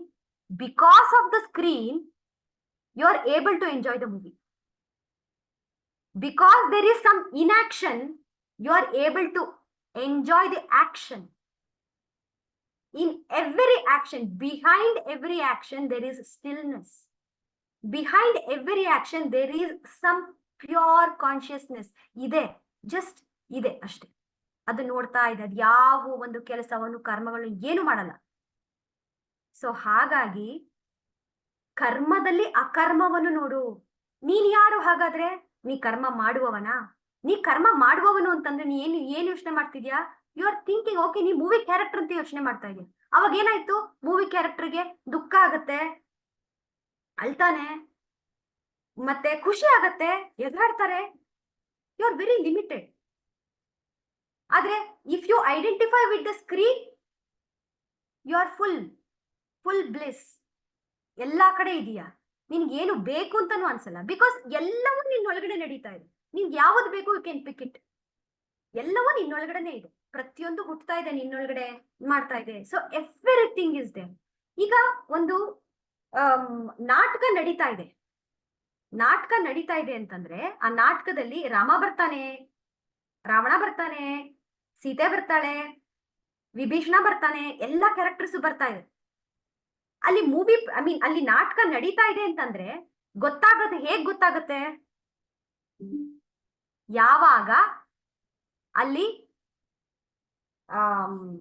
Platform ಮೇಲೆ, ನಾಟಕದ ರಂಗಭೂಮಿ ಮೇಲೆ ಆ ಲೈಟಿಂಗ್ ಚೆನ್ನಾಗಾದ್ರೆ ಗೊತ್ತಾಗತ್ತೆ. ಅವನ ಭಾವನೆಗಳು, ಓ ಭಯ, ಕೋಪ, ಸಂತೋಷ, ಇವ್ ಎಷ್ಟ್ ಚೆನ್ನಾಗಿ ಆಕ್ಟಿಂಗ್ ಮಾಡ್ದ ನೋಡು, ಅವ್ನ್ ಕಣ್ಣು ನೋಡು, ಹೆಂಗ್ ಗೊತ್ತಾಗತ್ತೆ? ಲೈಟ್ ಬಿದ್ದಾಗ ಮಾತ್ರ ಗೊತ್ತಾಗತ್ತೆ. ಅಂದ್ರೆ ಆ ಲೈಟ್ ಏನೂ ಮಾಡ್ತಾ ಇಲ್ಲ, ಲೈಟ್ ಏನೂ ಆಗ್ಬೇಕಾದಿಲ್ಲ, ಲೈಟ್ ಇಸ್ ದೇರ್. ಆ ಲೈಟ್ ಇರೋದ್ರಿಂದ ನಿಮಗೆ ಆ ಮೂವಿ, ಆ ಕ್ಯಾರೆಕ್ಟರ್ಸ್ ಹೇಗ್ ಮಾಡಿದ್ರು ಅನ್ನೋದು ಅರ್ಥ ಆಗ್ತಾ ಇದೆ. ಅಂದ್ರೆ ಲೈಟ್ ಇಂಪಾರ್ಟೆಂಟೋ ಅಲ್ವೋ? ಖಂಡಿತ ಬೇಕೋ ಬೇಡವೋ ಲೈಟು ಒಂದು ಕೆಲಸ ಮಾಡ್ಬೇಕಾದ್ರೆ? ನಾವೇನ್ ಮಾಡ್ತೀವಿ, ಬರೀ ಮೂವಿ ನೋಡಿದ್ವಿ, ಅರ್ಥ ಮಾಡ್ಕೊಂಡ್ವಿ, ಬಂದ್ವಿ, ಚೆನ್ನಾಗಿ ಎಂಜಾಯ್ ಮಾಡಿದ್ವಿ. But we don't understand because of the light. Current ಹೊಟ್ಟೋಯ್ತು ಅಂತಂದ್ರೆ ನಮ್ಗೆ we can't enjoy the movie at all. So ಅದನ್ನೇ ಹೇಳ್ತಾ ಇರೋದು. ಕರ್ಮ ಎಲ್ಲಿಂದ ಹುಟ್ಟತಾ ಇದೆ? ಕರ್ಮ ಎಲ್ಲಿಂದ ಬರ್ತಾ ಇದೆ? ಅದು ಅಕರ್ಮದಿಂದ ಬರ್ತಾ ಇದೆ. Behind there is pure consciousness. From that everything is appearing on the screen and you are getting identified with the characters ಅಷ್ಟೇ. ಕರ್ಮದಿಂದ ಅಕರ್ಮ, ಮತ್ತೆ ಅಕರ್ಮದಲ್ಲಿ ಕರ್ಮವನ್ನು ನೋಡೋದು ಅಂತಂದ್ರೆ ಏನರ್ಥ? ಅಕರ್ಮ, ಅಕರ್ಮ ಅಂತಂದ್ರೆ ಏನು ಇಲ್ಲಪ್ಪ ಅಲ್ಲಿ. ಇವಾಗ ನಾವ್ ಎಷ್ಟೋ ಸತಿ ಅನ್ಕೊಳ್ತೀವಿ, ನಾನು ಏನು ಮಾಡ್ತಿಲ್ಲ, ನನ್ಗೇನು ಬೇಕಾಗಿಲ್ಲ, ಮೆಡಿಟೇಷನ್ ಮಾಡ್ತೀನಿ, ನನ್ಗೆ ಯಾವ ಕೆಲ್ಸನೂ ಮಾಡಲ್ಲಪ್ಪ, ನಾನು ಬರೀ ಕುತ್ಕೊಂಡು ಮೆಡಿಟೇಷನ್ ಮಾಡ್ತೀನಿ ಅಂತ. ನಿಮಗೆ ನಿಜವಾಗ್ಲೂ ಕಣ್ಣು ಮುಚ್ಚಿದಾಗ ಮೆಡಿಟೇಷನ್ ಮಾಡಕ್ಕಾಗತ್ತಾ? You are sitting still physically, but ಕರ್ಮ ನಡೀತಾ ಇದೆ. ಫಾಸ್ಟಿಂಗ್, ಉಪವಾಸ. Physically you are not eating, actually you are eating more than others in fasting. ಕರ್ಮ ನಡೀತಾ ಇದೆ. ಅಕರ್ಮದಲ್ಲಿ ಕರ್ಮ. ಇನ್ನೂ ಒಂದು ಎಕ್ಸಾಂಪಲ್ ಹೇಳ್ತೀನಿ. ಈಗ ನೀವು ಸುಮ್ಮನೆ ಕುತ್ಕೊಂಡು ಕೇಳ್ತಾ ಇದ್ದೀರಾ ನಾನು ಹೇಳ್ತಾ ಇರೋದನ್ನ, ಸುಮ್ಮನೆ ಕುತ್ಕೊಂಡು ಕೇಳ್ತಾ ಇದ್ದೀರಾ, ಆದ್ರೆ ಕಣ್ಣು ಬ್ಲಿಂಕ್ ಮಾಡ್ತಾ ಇದ್ಯಾ? ಅದಕ್ಕೆ ನಿಮ್ ಕಂಟ್ರೋಲ್ ಯಾವ್ದು ಇಲ್ಲ, ನಡೀತಾ ಇದೆ, ಕರ್ಮ ನಡೀತಾ ಇದೆ. ಆದ್ರೆ ನೀವೇನ್ ಮಾಡ್ತಾ ಇದ್ದೀರಾ? ಅಕರ್ಮ. Just sitting, you are not moving around. ಒಳಗಡೆ ಡೈಜೆಷನ್ ಚೆನ್ನಾಗಿ ಆಗ್ತಾ ಇದೆಯಾ? ಕಿವಿ ಕೇಳಿಸ್ತಾ ಇದೆಯಾ? ನಾನು ಹೇಳ್ತಾ ಇರೋದು ಕಿವಿ ಕೇಳಿಸ್ತಾ ಇದೆಯಾ? ಅರ್ಥ ಆಗ್ತಾ ಇದೆಯಾ? How is this all this happening? ಒಂದು ಅರಿವಿನ ಶಕ್ತಿ. ಆ ಅರಿವಿನ ಶಕ್ತಿ, it is just putting the light ಅಷ್ಟೇ. ಅದಿದೆ, ಅದಿರೋದ್ರಿಂದ ನಿಮ್ಗೆ ಕಣ್ಣಿಗೆ ಕಾಣಿಸ್ತಾ ಇದೆ, ಇರೋದ್ರಿಂದ ನಿಮ್ಗೆ ಅರ್ಥ ಆಗ್ತಾ ಇದೆ, ಇರೋದ್ರಿಂದ ನಿಮ್ಗೆ ಜ್ಞಾಪಕ ಬರ್ತಾ ಇದೆ, ಇರೋದ್ರಿಂದ you are able to understand this ಶ್ಲೋಕ. ಭಗವಂತ ಇಲ್ದಲೆ ಹೋದ್ರೆ ಇದು ನಡೆಯಕ್ ಸಾಧ್ಯನಾ? ಖಂಡಿತ ಇಲ್ಲ. ಹ್ಯೂಮನ್ ಬೀಯಿಂಗ್, ಹ್ಯೂಮನ್ ಬೀಯಿಂಗ್ ಅಂತ ಹೇಳ್ತೀವಿ. What is human being? Human ಅಂತಂದ್ರೆ ಏನು? ಮನುಷ್ಯ. ಮನುಷ್ಯ ಹುಟ್ಟಿರೋದೇ ಕೆಲಸ ಮಾಡೋದಿಕ್ಕೆ. ಅಲ್ಲಿ ಬರೀ ಕರ್ಮ ಇದೆ, ಬರೀ ಕರ್ಮ. ಹುಟ್ಟದಾಗಿಂದ ಸಾಯೋವರೆಗೂ ಬರೀ ಕರ್ಮ. So is called human. But ಅದ್ರ ಜೊತೆಗೆ ಒಂದು ಬೀಯಿಂಗ್ ಸೇರಿದೆ, ನಾವು ಅದನ್ನ ಗಮನನೇ ಕೊಟ್ಟಿಲ್ಲ. ಬೀಯಿಂಗ್, ಬೀಯಿಂಗ್ ಅಂದ್ರೆ ಏನು? ಇದೆ. ಆ ಹ್ಯೂಮನ್ಗೆ ಬೆಳಕು ಕೊಡೋದು ಯಾವುದು? ಬೀಯಿಂಗ್ ಇದ್ದಾಗ್ಲೇ ಹ್ಯೂಮನ್ಗೆ ಬೆಳಕು. ಬೀಯಿಂಗ್ ಇಲ್ಲ ಅಂತಂದ್ರೆ ಹ್ಯೂಮನ್ಗೆ ಅರ್ಥನೇ ಇಲ್ಲ. So both human aspect and the being aspect ಎರಡೂ ಇದ್ದಾಗ ಮಾತ್ರ we are able to do or see, here whatever is possible. Human can do everything because of the stillness, because of the awareness, because of the beingness. ಆ beingness ಇರೋದ್ರಿಂದ, ಆ ಅರಿವಿನ ಶಕ್ತಿ ಇರೋದ್ರಿಂದ, pure consciousness, ಆ ಒಂದು ಸಚ್ಚಿದಾನಂದ ಇರೋದ್ರಿಂದಾನೇ ನಾವು ಮಾಡುವಂತ ಪ್ರತಿಯೊಂದು ಕೆಲಸ ಮಾಡಕ್ ಸಾಧ್ಯ ಆಗ್ತಾ ಇದೆ. ಅದೇ ಅವ್ನು ಹೇಳ್ತಾ ಇರೋದು, ನೀನು ಮಾಡುವಂತ ಪ್ರತಿಯೊಂದು ಕೆಲಸದಲ್ಲಿ ಇದನ್ನ ಅರ್ಥ ಮಾಡ್ಕೊ. ನೀನ್ ಯಾವುದನ್ನು ಮಾಡ್ತಾ ಇಲ್ಲ, ನೀನ್ ಅನ್ಕೊಂಡ್ಬಿಟ್ಟೆ ಓಕೆ ನಾನ್ ಕೆಲಸ ಮಾಡ್ತಾ ಇದ್ದೀನಿ, ಓಕೆ ನಾನ್ ಯುದ್ಧ ಮಾಡ್ಬೇಕಪ್ಪ. ಅರ್ಜುನನ್ ಯಾಕೆ ಇದನ್ನ ಹೇಳ್ತಾ ಇದ್ದಾನೆ? ನಾನ್ ಯುದ್ಧ ಮಾಡ್ಬೇಕು, ನನ್ ಯುದ್ಧ ಮಾಡಕ್ ಆಗಲ್ಲ, ನಾನು ಅವರೆಲ್ಲ ನನ್ಗೆ ತಪ್ಪು ತಿಳ್ಕೊಂಡ್ಬಿಡ್ತಾರೆ. ಅಥವಾ ಇನ್ನು ಏನ್ ಹೇಳ್ತಾನೆ ಅವನು, ನಾನು ಈ ಒಂದು ಘೋರವಾದ ಯುದ್ಧದಲ್ಲಿ ನಾನು ಕೈಗೊಂಡ್ರೆ, ಪಾಲ್ಗೊಂಡ್ರೆ ನಾನು ಅಧರ್ಮವನ್ನೇ ಮಾಡ್ತೀನಿ, ಹಾಗಾಗಿ ನಾನು ಸನ್ಯಾಸತ್ವ ತಗೊಂಡ್ಬಿಡ್ತೀನಿ ಅಂತ ಹೇಳ್ತಾನೆ. ಅಂದ್ರೆ ಈಸ್ ಗೋಯಿಂಗ್ ಫಾರ್ ಸನ್ಯಾಸ, ಅಂದ್ರೆ ಅಕರ್ಮಕ್ಕೆ ಹೋಗೋಣ ಅಂತ ಯೋಚನೆ ಮಾಡ್ತಾ ಇದ್ದಾನೆ ಅರ್ಜುನ. ಆದ್ರೆ ಇಲ್ಲಿ ಏನ್ ಆಗ್ತಾ ಇದೆ ಅಂತಂದ್ರೆ, Arjuna he is just changing the scene ಅಷ್ಟೇ. ಬ್ಯಾಟಲ್ ಫೀಲ್ಡ್ ಇಂದ ಹಿ ಈಸ್ ಗೋಯಿಂಗ್ ಟು ಆಶ್ರಮ. ಆಶ್ರಮದಲ್ಲೂ ಕರ್ಮ ಮಾಡ್ಲೇಬೇಕು, ಕುತ್ಕೊಂಡು ಕಣ್ಮುಚ್ಕೊಳ್ಳೇಬೇಕು. Whatever he is doing he has to do. Either battlefield ಅಲ್ಲಾದ್ರೂ ಮಾಡು, ಅಥವಾ ಆಶ್ರಮದಲ್ಲಾದ್ರೂ ಮಾಡು. You are just changing the scene. ಹಾಗಾಗಿ ಕರ್ಮವನ್ನ ನೀನು ಸ್ಟಾಪ್ ಮಾಡಕ್ ಸಾಧ್ಯನೇ ಇಲ್ಲ. You cannot stop. ನಾವು ಹಳೆ ಶ್ಲೋಕದಲ್ಲಿ ಹೇಳಿದ್ವಿ, ನೀನ್ ಕೂತ್ರು, ನಿಂತ್ರು, ಮಲಗಿದ್ರು, ಯೋಚನೆ ಮಾಡ್ದಲೇ ಹೋದ್ರು ಕರ್ಮ ನಡೀತಾನೆ ಇರುತ್ತೆ. ಯಾಕೆ? ಹಿಂದೆ ಅವನು ಪ್ರಕೃತಿ ಆ ಕರ್ಮನ ಮಾಡ್ತಾನೆ ಇರ್ತಾಳೆ ಕೆಲಸ. ನಿನ್ನ ಮೂಲಕ, ಕೈ ಮೂಲಕ, ತಲೆ ಮೂಲಕ, ಕಾಲಿನ ಮೂಲಕ, ಎವ್ರಿ ಆಸ್ಪೆಕ್ಟ್ ನಡೀತಾನೆ ಇರುತ್ತೆ. ಹಾಗಾಗಿ you cannot stop doing work. ಅರ್ಥ ಮಾಡ್ಕೊನಿ, ಕರ್ಮದಲ್ಲಿ ಅಕರ್ಮ, ಅಕರ್ಮದಲ್ಲಿ ಕರ್ಮ. ಇದನ್ನ ನೀನ್ ನೀನ್ ಇವಾಗ ಯುದ್ಧ ಮಾಡಕ್ಕೆ ನಿಂತಾಗ, ನೀನು ಬಾಣಗಳನ್ನ ಬಿಟ್ಟಾಗ, you are using the body. When you use the body, ಎಲ್ಲಿಂದ ಯೂಸ್ ಮಾಡ್ತೀಯಾ? If you are identified with the body, ಅವಾಗ ಅಯ್ಯೋ ನನ್ನ ಕೈಲಿ ಆಗಲ್ಲ ಅಂತೀಯ. If you are identified with the being, ಅವಾಗ ನೀನು ಅಕರ್ಮದಲ್ಲಿ ನಿಂತು ಕರ್ಮವನ್ನು ಮಾಡ್ತೀಯ. ಯಾವಾಗ ನೀನು ಅಕರ್ಮದಲ್ಲಿ ನಿಂತು ಕರ್ಮವನ್ನು ಮಾಡ್ತೀಯೋ ಅವಾಗ ನಿನ್ಗೆ ಖಂಡಿತವಾಗ್ಲೂ ಜಯ ಇದೆ ಅಂತ ಹೇಳ್ತಾನೆ. ಇದಕ್ಕೆ ಅವ್ರು ಹೇಳೋದು ಆತ್ಮ ಮತ್ತೆ ಅನಾತ್ಮ ಅಂತ. ಆತ್ಮ ಅಂತಂದ್ರೆ ಕಾನ್ಶಿಯಸ್ನೆಸ್, ಪ್ಯೂರ್. ನಾವ್ ಹೇಳ್ತೀವಲ್ಲ ಆತ್ಮ ಅಂತಂದ್ರೆ ಬರೀ ಆತ್ಮ ಸತ್ತೋಯ್ತು, ಆತ್ಮ ಬೇರೆ ದೇಹಕ್ಕೆ ಹೋಯ್ತು, ಅದೆಲ್ಲ ಆತ್ಮ. ಆತ್ಮ ಅಂತಂದ್ರೆ ಇಟ್ ಇಸ್ ಜಸ್ಟ್ ಪ್ಯೂರ್, ಎಲ್ಲಾ ಕಡೆ ಇರುವಂತದ್ದು ಆತ್ಮ. ಅನಾತ್ಮ ಅಂತಂದ್ರೆ ಯಾವುದು? ದೇಹ, ಮನ, ಬುದ್ಧಿ, ಸಿಚುವೇಶನ್ಸು, ಪೀಪಲ್ಲು ಎಲ್ಲ ಚೇಂಜ್ ಆಗ್ತಾ ಇದೆ, ಪ್ರತಿಯೊಂದು ಚೇಂಜ್ ಆಗ್ತಾ ಇದೆ, ಅದು ಅನಾತ್ಮ. ಪ್ರಾಬ್ಲಮ್ ಇರೋದೆಲ್ಲಿ? ಆತ್ಮದಲ್ಲ, ಅನಾತ್ಮದಲ್ಲಿ ಪ್ರಾಬ್ಲಮ್ ಇರೋದು. ಟ್ರಬಲ್ ಇರೋದಲ್ಲಿ ಅನಾತ್ಮದಲ್ಲಿ ಟ್ರಬಲ್ ಇರೋದು, ದೇಹದಲ್ಲಿ ಟ್ರಬಲ್ ಇರೋದು, ಮನಸ್ಸಿನಲ್ಲಿ ಟ್ರಬಲ್ ಇರೋದು.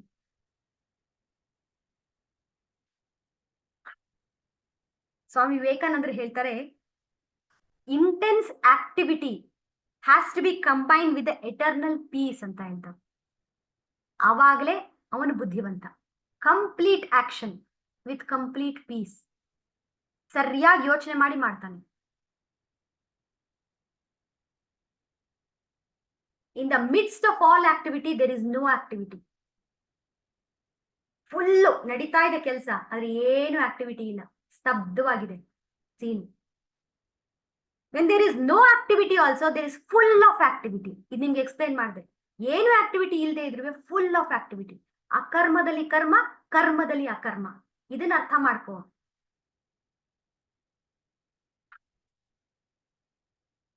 ಈಗ ಗಾಡ್ ರಿಯಲೈಸೇಷನ್ ಅಂತ ಹೇಳ್ತೀವಿ.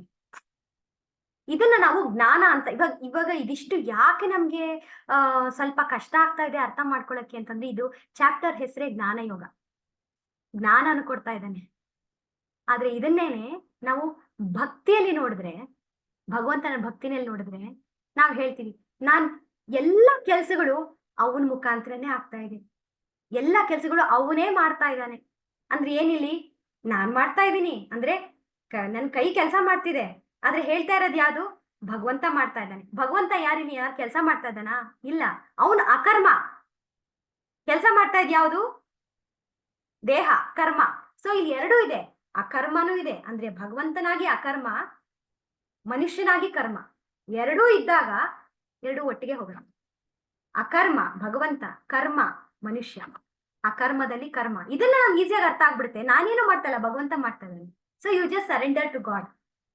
ಅದಕ್ಕೆ ಹೇಳೋದು ಭಕ್ತಿ ಅನ್ನೋದು ತುಂಬಾ ಸುಲಭ ಅಂತ ಅರ್ಥ ಮಾಡ್ಕೊಳ್ಳೋದು. ಜ್ಞಾನ ಅನ್ನೋದು ಅದನ್ನ ಅರ್ಥ ಮಾಡ್ಕೋ ಸ್ವಲ್ಪ ಇಂಟೆಲೆಕ್ಟ್ ಯೂಸ್ ಮಾಡ್ಬೇಕು. ಹೌದಾ? ಎರಡು ಸೇಮೆ.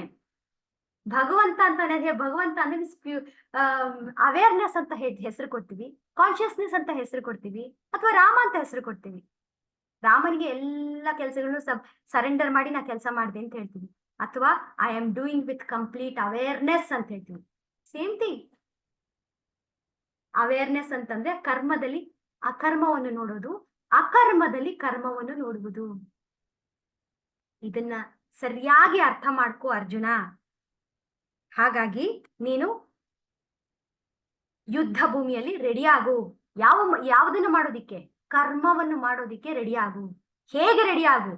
ಅಕರ್ಮದಲ್ಲಿ ನಿಂತು ಕರ್ಮವನ್ನು ಮಾಡು.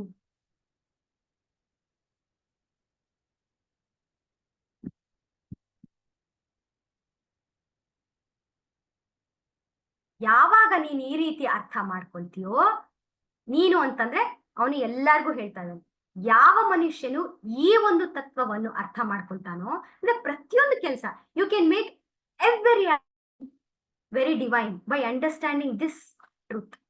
ಪ್ರತಿಯೊಂದು you can this god realisation. ಅಂದ್ರೆ ಪ್ರತಿಯೊಂದು ಸಣ್ಣ ಸಣ್ಣ ಕೆಲಸನು ಡೂಯಿಂಗ್ ವಿತ್ ಅವೇರ್ನೆಸ್ ಅಂತಂದ್ರೆ ಭಗವಂತನಿಗೆ ಅರ್ಪಿಸಿ ಮಾಡುವಂಥದ್ದು ಅಂತಂದ್ರೆ ಭಗವಂತನಲ್ಲಿ ಪ್ರತಿಯೊಂದನ್ನು ನಾನು ಭಗವಂತನಲ್ಲಿ seeing the presence of god in every action is nothing but this. ಇದನ್ನೇ ಹೇಳ್ತಾ ಇರೋದು. ಪ್ರತಿಯೊಂದ್ರೊಳಗೂ ನಾನು ಭಗವಂತನ ನೋಡ್ದೆ, ಪ್ರತಿಯೊಂದ್ರೊಳಗೂ ನನ್ನ ಕೆಲಸ ಭಗವಂತನ ಇಟ್ಕೊಂಡೇ ಮಾಡ್ದೆ. ಯಾಕೆಂದ್ರೆ ಅಲ್ಲಿ ಇದಾನೆ, ಅವನೇನು ಮಾಡ್ತಾ ಇಲ್ಲ. Actually is just with you ಅಷ್ಟೇ. ನಿನ್ ಹಿಂದೆ ಇದ್ದಾನೆ, ನಿನ್ ಜೊತೆಗಿದ್ದಾನೆ, ನಿನ್ ಒಳಗಡೆ ಇದ್ದಾನೆ ಅವೇರ್ನೆಸ್ ಆಗಿ. ಅದನ್ನೇ ಹೇಳ್ತಾ ಇರೋದು. ಸೊ ಹಾಗಾಗಿ ನೀನು ಇದನ್ನ ಅರ್ಥ ಮಾಡ್ಕೊಂಡವನು, ಈ ರೀತಿ ಅರ್ಥ ಮಾಡ್ಕೊಂಡವನು ಬುದ್ಧಿವಂತ ಅಂತ ಹೇಳ್ತಾರೆ. 18ನೇ ಶ್ಲೋಕದಲ್ಲಿ ಏನ್ ಹೇಳ್ತಾನೆ? ಸ ಬುದ್ಧಿಮಾನ್ ಮನುಷ್ಯೇಶು. ಈ ರೀತಿ ಅರ್ಥ ಮಾಡ್ಕೊಂಡವನು ಬುದ್ಧಿವಂತ. ಸ ಬುದ್ಧಿಮಾನ್ ಮನುಷ್ಯೇಶು ಸ ಯುಕ್ತ ಕೃತ್ಸ್ನ ಕರ್ಮ ಕೃತ್. ಕೃತ್ಸ್ನ ಅಂತಂದ್ರೆ ಕೃತ್ಸ್ನ ಕರ್ಮ ಕೃತ್. He is the doer. ಅವನೇ ನಿಜವಾಗ್ಲೂ ಕೆಲಸ ಮಾಡ್ತಾರವನು. ಈ ತರ ಮಾಡೋವನೇ ಕೆಲಸ ಮಾಡ್ತಾರವನು. ಈ ರೀತಿ ಅರ್ಥ ಮಾಡ್ಕೊಂಡು ಕೆಲಸ ಮಾಡವನಿಗೆ ಯಾವ ಕರ್ಮ ಬಂಧನ ಇರೋದಿಲ್ಲ. ಯಾಕೆ ಹೇಳಿ? ಬಿಕಾಸ್ ನಾವ್ ಏನೇ ಕೆಲಸ ಮಾಡಿದ್ರು, if we start identifying with the limited, ಅವಾಗ ಏನಾಗತ್ತೆ? ಕರ್ಮ ಫಲ ಇಷ್ಟಕ್ಕೆ ಬರುತ್ತೆ. ಆದ್ರೆ ನಾವು if we identified with the entire, ಅವಾಗ ಕರ್ಮ ಫಲ ಏನಾಗುತ್ತೆ? ಇಲ್ಲಿ ಬರೋಲ್ಲ ಪೂರ್ತಿ. ಇಟ್ ಈಸ್ ಲೈಕ್ ಲೋಕ ಕಲ್ಯಾಣ ಅಂತ ಹೇಳ್ತಾರೆ, ಗೊತ್ತಾ? ಲೋಕ ಕಲ್ಯಾಣಕ್ಕೋಸ್ಕರ ಮಾಡಿದೆ ಅಂತ ಅಂದ್ರೆ ಅರ್ಥ. ಇಲ್ಲಿ ಆ ಕರ್ಮ ಅದ್ ಏನ್ ಮಾಡ್ತೀಯೋ ಅದು ಭಗವಂತನಲ್ಲಿ ನಿಂತು ಎಲ್ಲಾರ್ಗೂ ಆಗ್ಲಪ್ಪ ಅಂತಂದಾಗ ಕರ್ಮ ಇಲ್ಲೆಲ್ಲಿ ಬರುತ್ತೆ? ಲಿಮಿಟೆಡ್ ಬರಲ್ಲ, ಅನ್ಲಿಮಿಟೆಡ್ಗೆ ಸ್ಪ್ರೆಡ್ ಆಗಿ ಹೋಗುತ್ತೆ. ಇದೇ ಲೋಕ ಸಮಸ್ತ ಸುಖಿನೋ ಭವಂತು, ಸಮರ್ಪಣಾ ಭವಂತು ಅಂತಂದ್ರೆ ಇಲ್ಲಿಗೆ ಬರಲ್ಲ ಕರ್ಮದ ಫಲ. ಹಾಗಾಗಿ ನಿಮ್ಗೆ ಅಂಟುವಿಕೆ ಇರೋದಿಲ್ಲ, ಎಲ್ಲ ಕಡೆ ಹರಡೋಗುತ್ತೆ. ಅಥವಾ ಭಗವಂತನಿಗೆ ಕೊಟ್ಬಿಟ್ರೆ, ಭಗವಂತ ಕರ್ಮ ಫಲನೂ ಭಗವಂತನಿಗೆ ಕೊಟ್ಬಿಟ್ರೆ ಅಲ್ಲಿಗೆ ಆ ಕರ್ಮ ಫಲನೂ ನಿನಗೆ ಅಂಟೋದು. ಸೊ ನೀ ಜ್ಞಾನದಿಂದ ಮೂಲಕನಾದ್ರೂ ಅರ್ಥ ಮಾಡ್ಕೊ, ಭಕ್ತಿ ಮೂಲಕನಾದ್ರೂ ಅರ್ಥ ಮಾಡ್ಕೊ. ಆದ್ರೆ ಇದನ್ನೆಲ್ಲ ನೀನೇ ಮಾಡ್ತಾ ಇದ್ರು, ನೀನು ಮಾಡ್ತಾ ಇಲ್ಲ.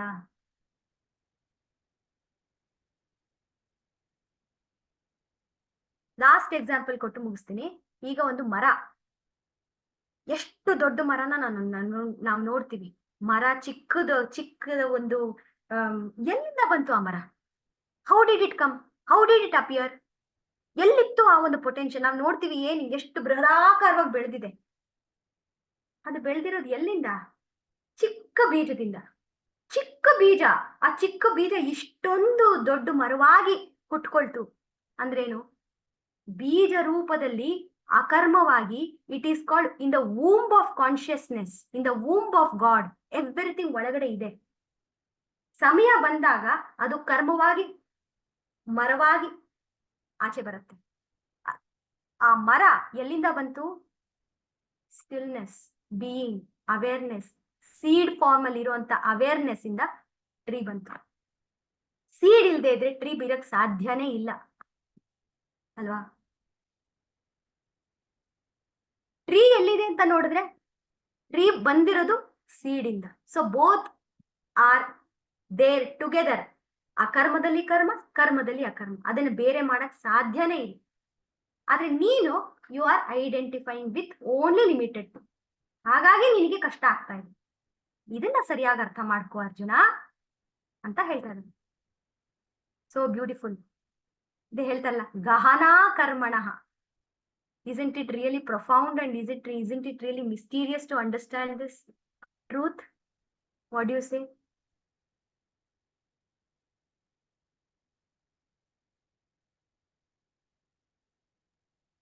ನೀವ್ ಹೇಳದ್ಮೇಲೆ ಇನ್ನೊಂದ್ಸತಿ ಹೋಗ್ಬಿಟ್ಟು ಆ ಹೆಡ್ಡಿಂಗ್ ಓದ್ದಾಗ ಜ್ಞಾನ ಕರ್ಮ ಸನ್ಯಾಸ ಯೋಗ. ಸೊ ಇಷ್ಟು ಸ್ಟೇಜ್ ಅಲ್ಲಿ ಹೋದ್ಮೇಲೆ ಇಟ್ ಇಸ್ ಆಕ್ಚುಲಿ ಕಾಲ್ಡ್ ಜ್ಞಾನ ಯೋಗ. ನೀವು ಒಬ್ಬೊಬ್ರು ಒಂದೊಂದ್ರೊಳಗಡೆ ಹಾಕಿದ್ದಾರೆ. ಜ್ಞಾನ ಯೋಗ ಅಂತಾನು ಹೇಳ್ತಾರೆ, ಜ್ಞಾನ ಕರ್ಮ ಸನ್ಯಾಸ ಯೋಗ ಅಂತಾನು ಹೇಳ್ತಾರೆ. ಈ ಎಲ್ಲಾ ಹಂತ ಈಗ ಹಂತದಲ್ಲಿ ಕರ್ಕೊಂಡು ಹೋಗುತ್ತೆ ಅಂತ ಅನಿಸ್ತಾ ಇದೆ ನನ್ಗೆ ಈಗ. ಹೌದು. Thank you.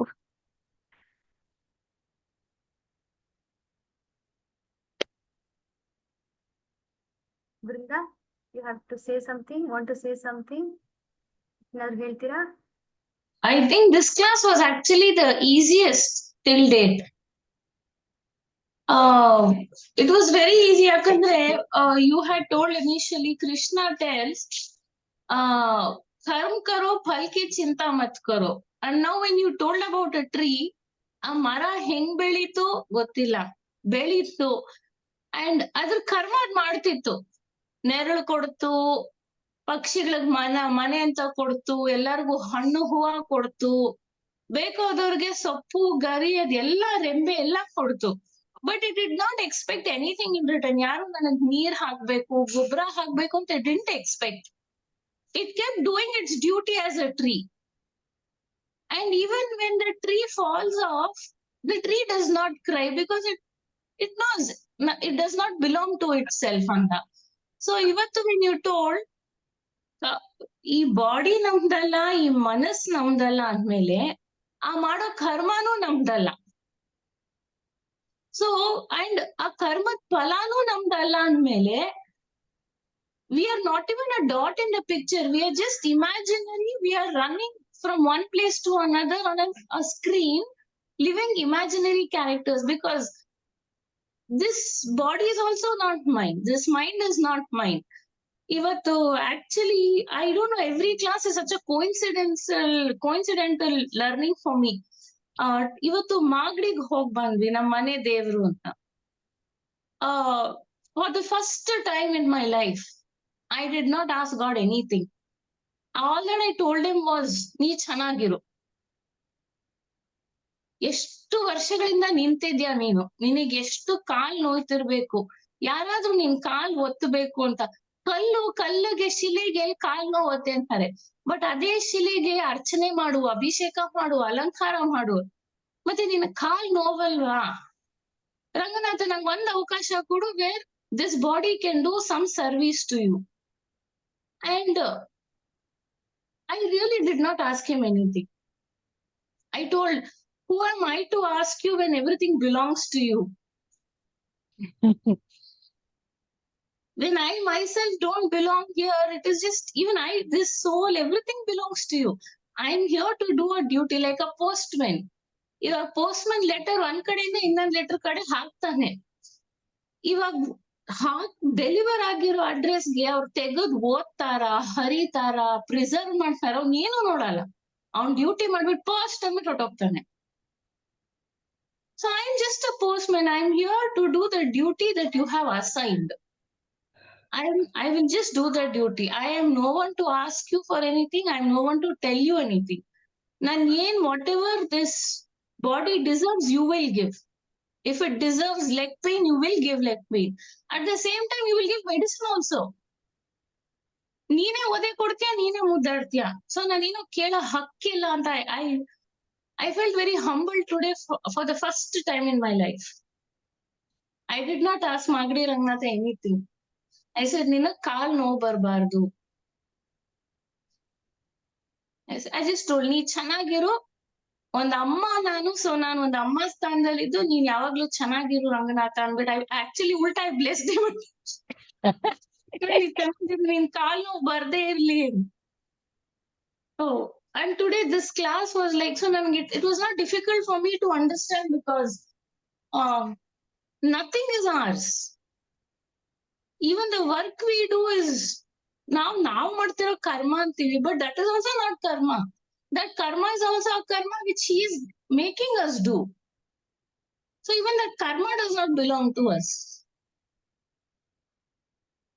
Great. But I think today's class it was very nice. It was not difficult. Whole class was difficult for me. This class, I think it was very easy. Somewhere I was able to relate.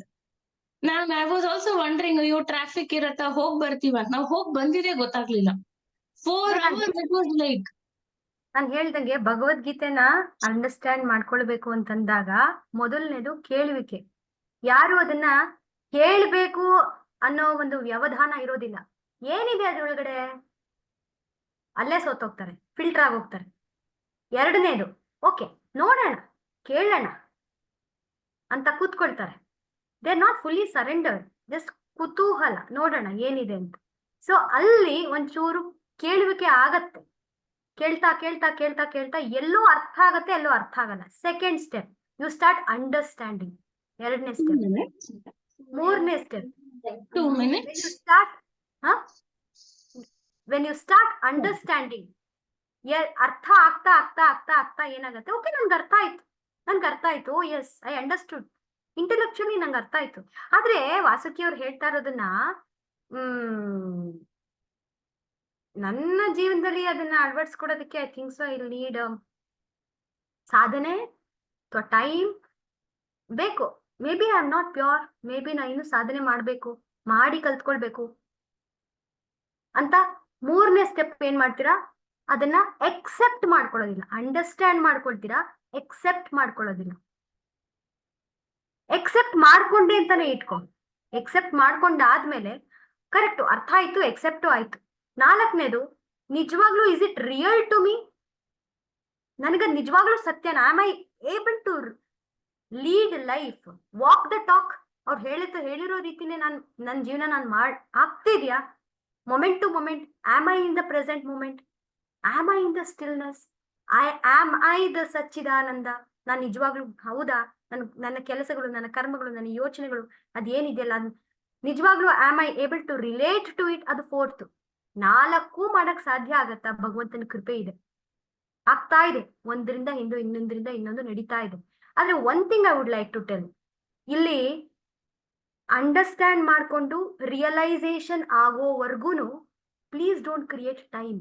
Okay ನನ್ಗೆ ಇಷ್ಟು ವರ್ಷ ಬೇಕು ಅರ್ಥ ಆಗೋದಿಕ್ಕೆ, ಇಷ್ಟು ವರ್ಷ ಬೇಕು ನಾನು ಸಾಧನೆ ಮಾಡೋದಿಕ್ಕೆ, ಓಕೆ ಇದು ಈ ಜನ್ಮದಲ್ಲಿ ಆಗುತ್ತೋ ಇಲ್ವೋ ಅಪ್ಪ ನಂಗೆ ಗೊತ್ತಿಲ್ಲ, ಎಷ್ಟು ಜನ್ಮ ಬೇಕೋ ಇದನ್ನೆಲ್ಲ ನಿಜವಾಗ್ಲೂ ನಾನು ರಿಯಲೈಸೇಷನ್ ಆಗಕ್ಕೆ, ನಂಗೆ ಮುಕ್ತಿ ಆಗಕ್ಕೆ.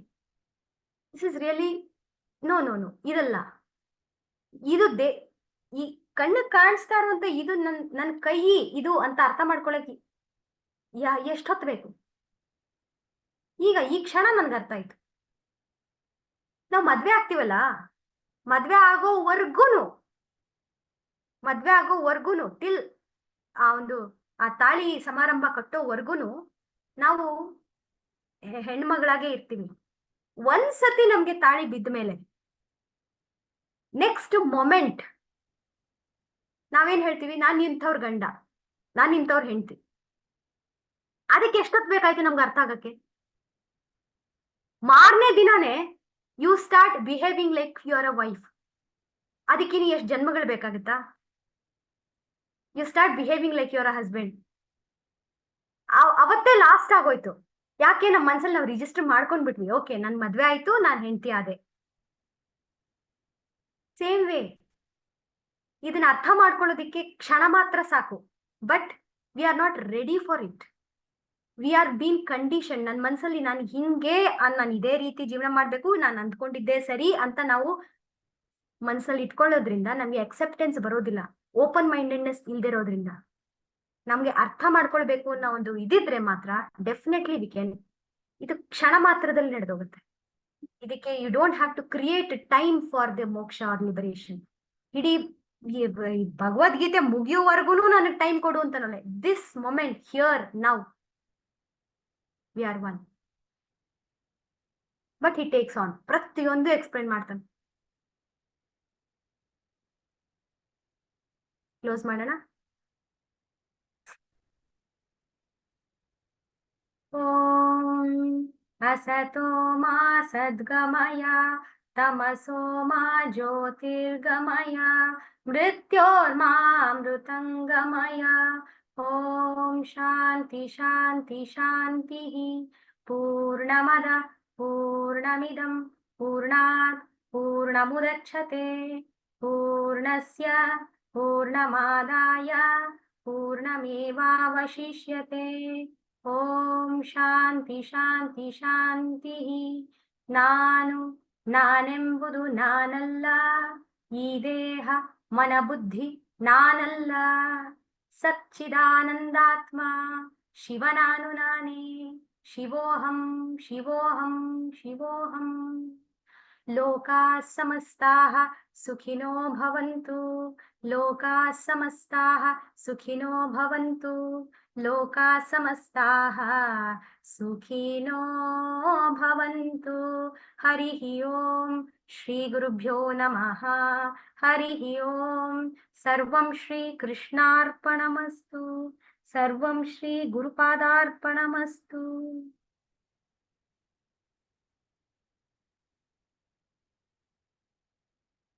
Hari Om. Bye. See you next Wednesday. Hari Om. Thank you. Hari Om.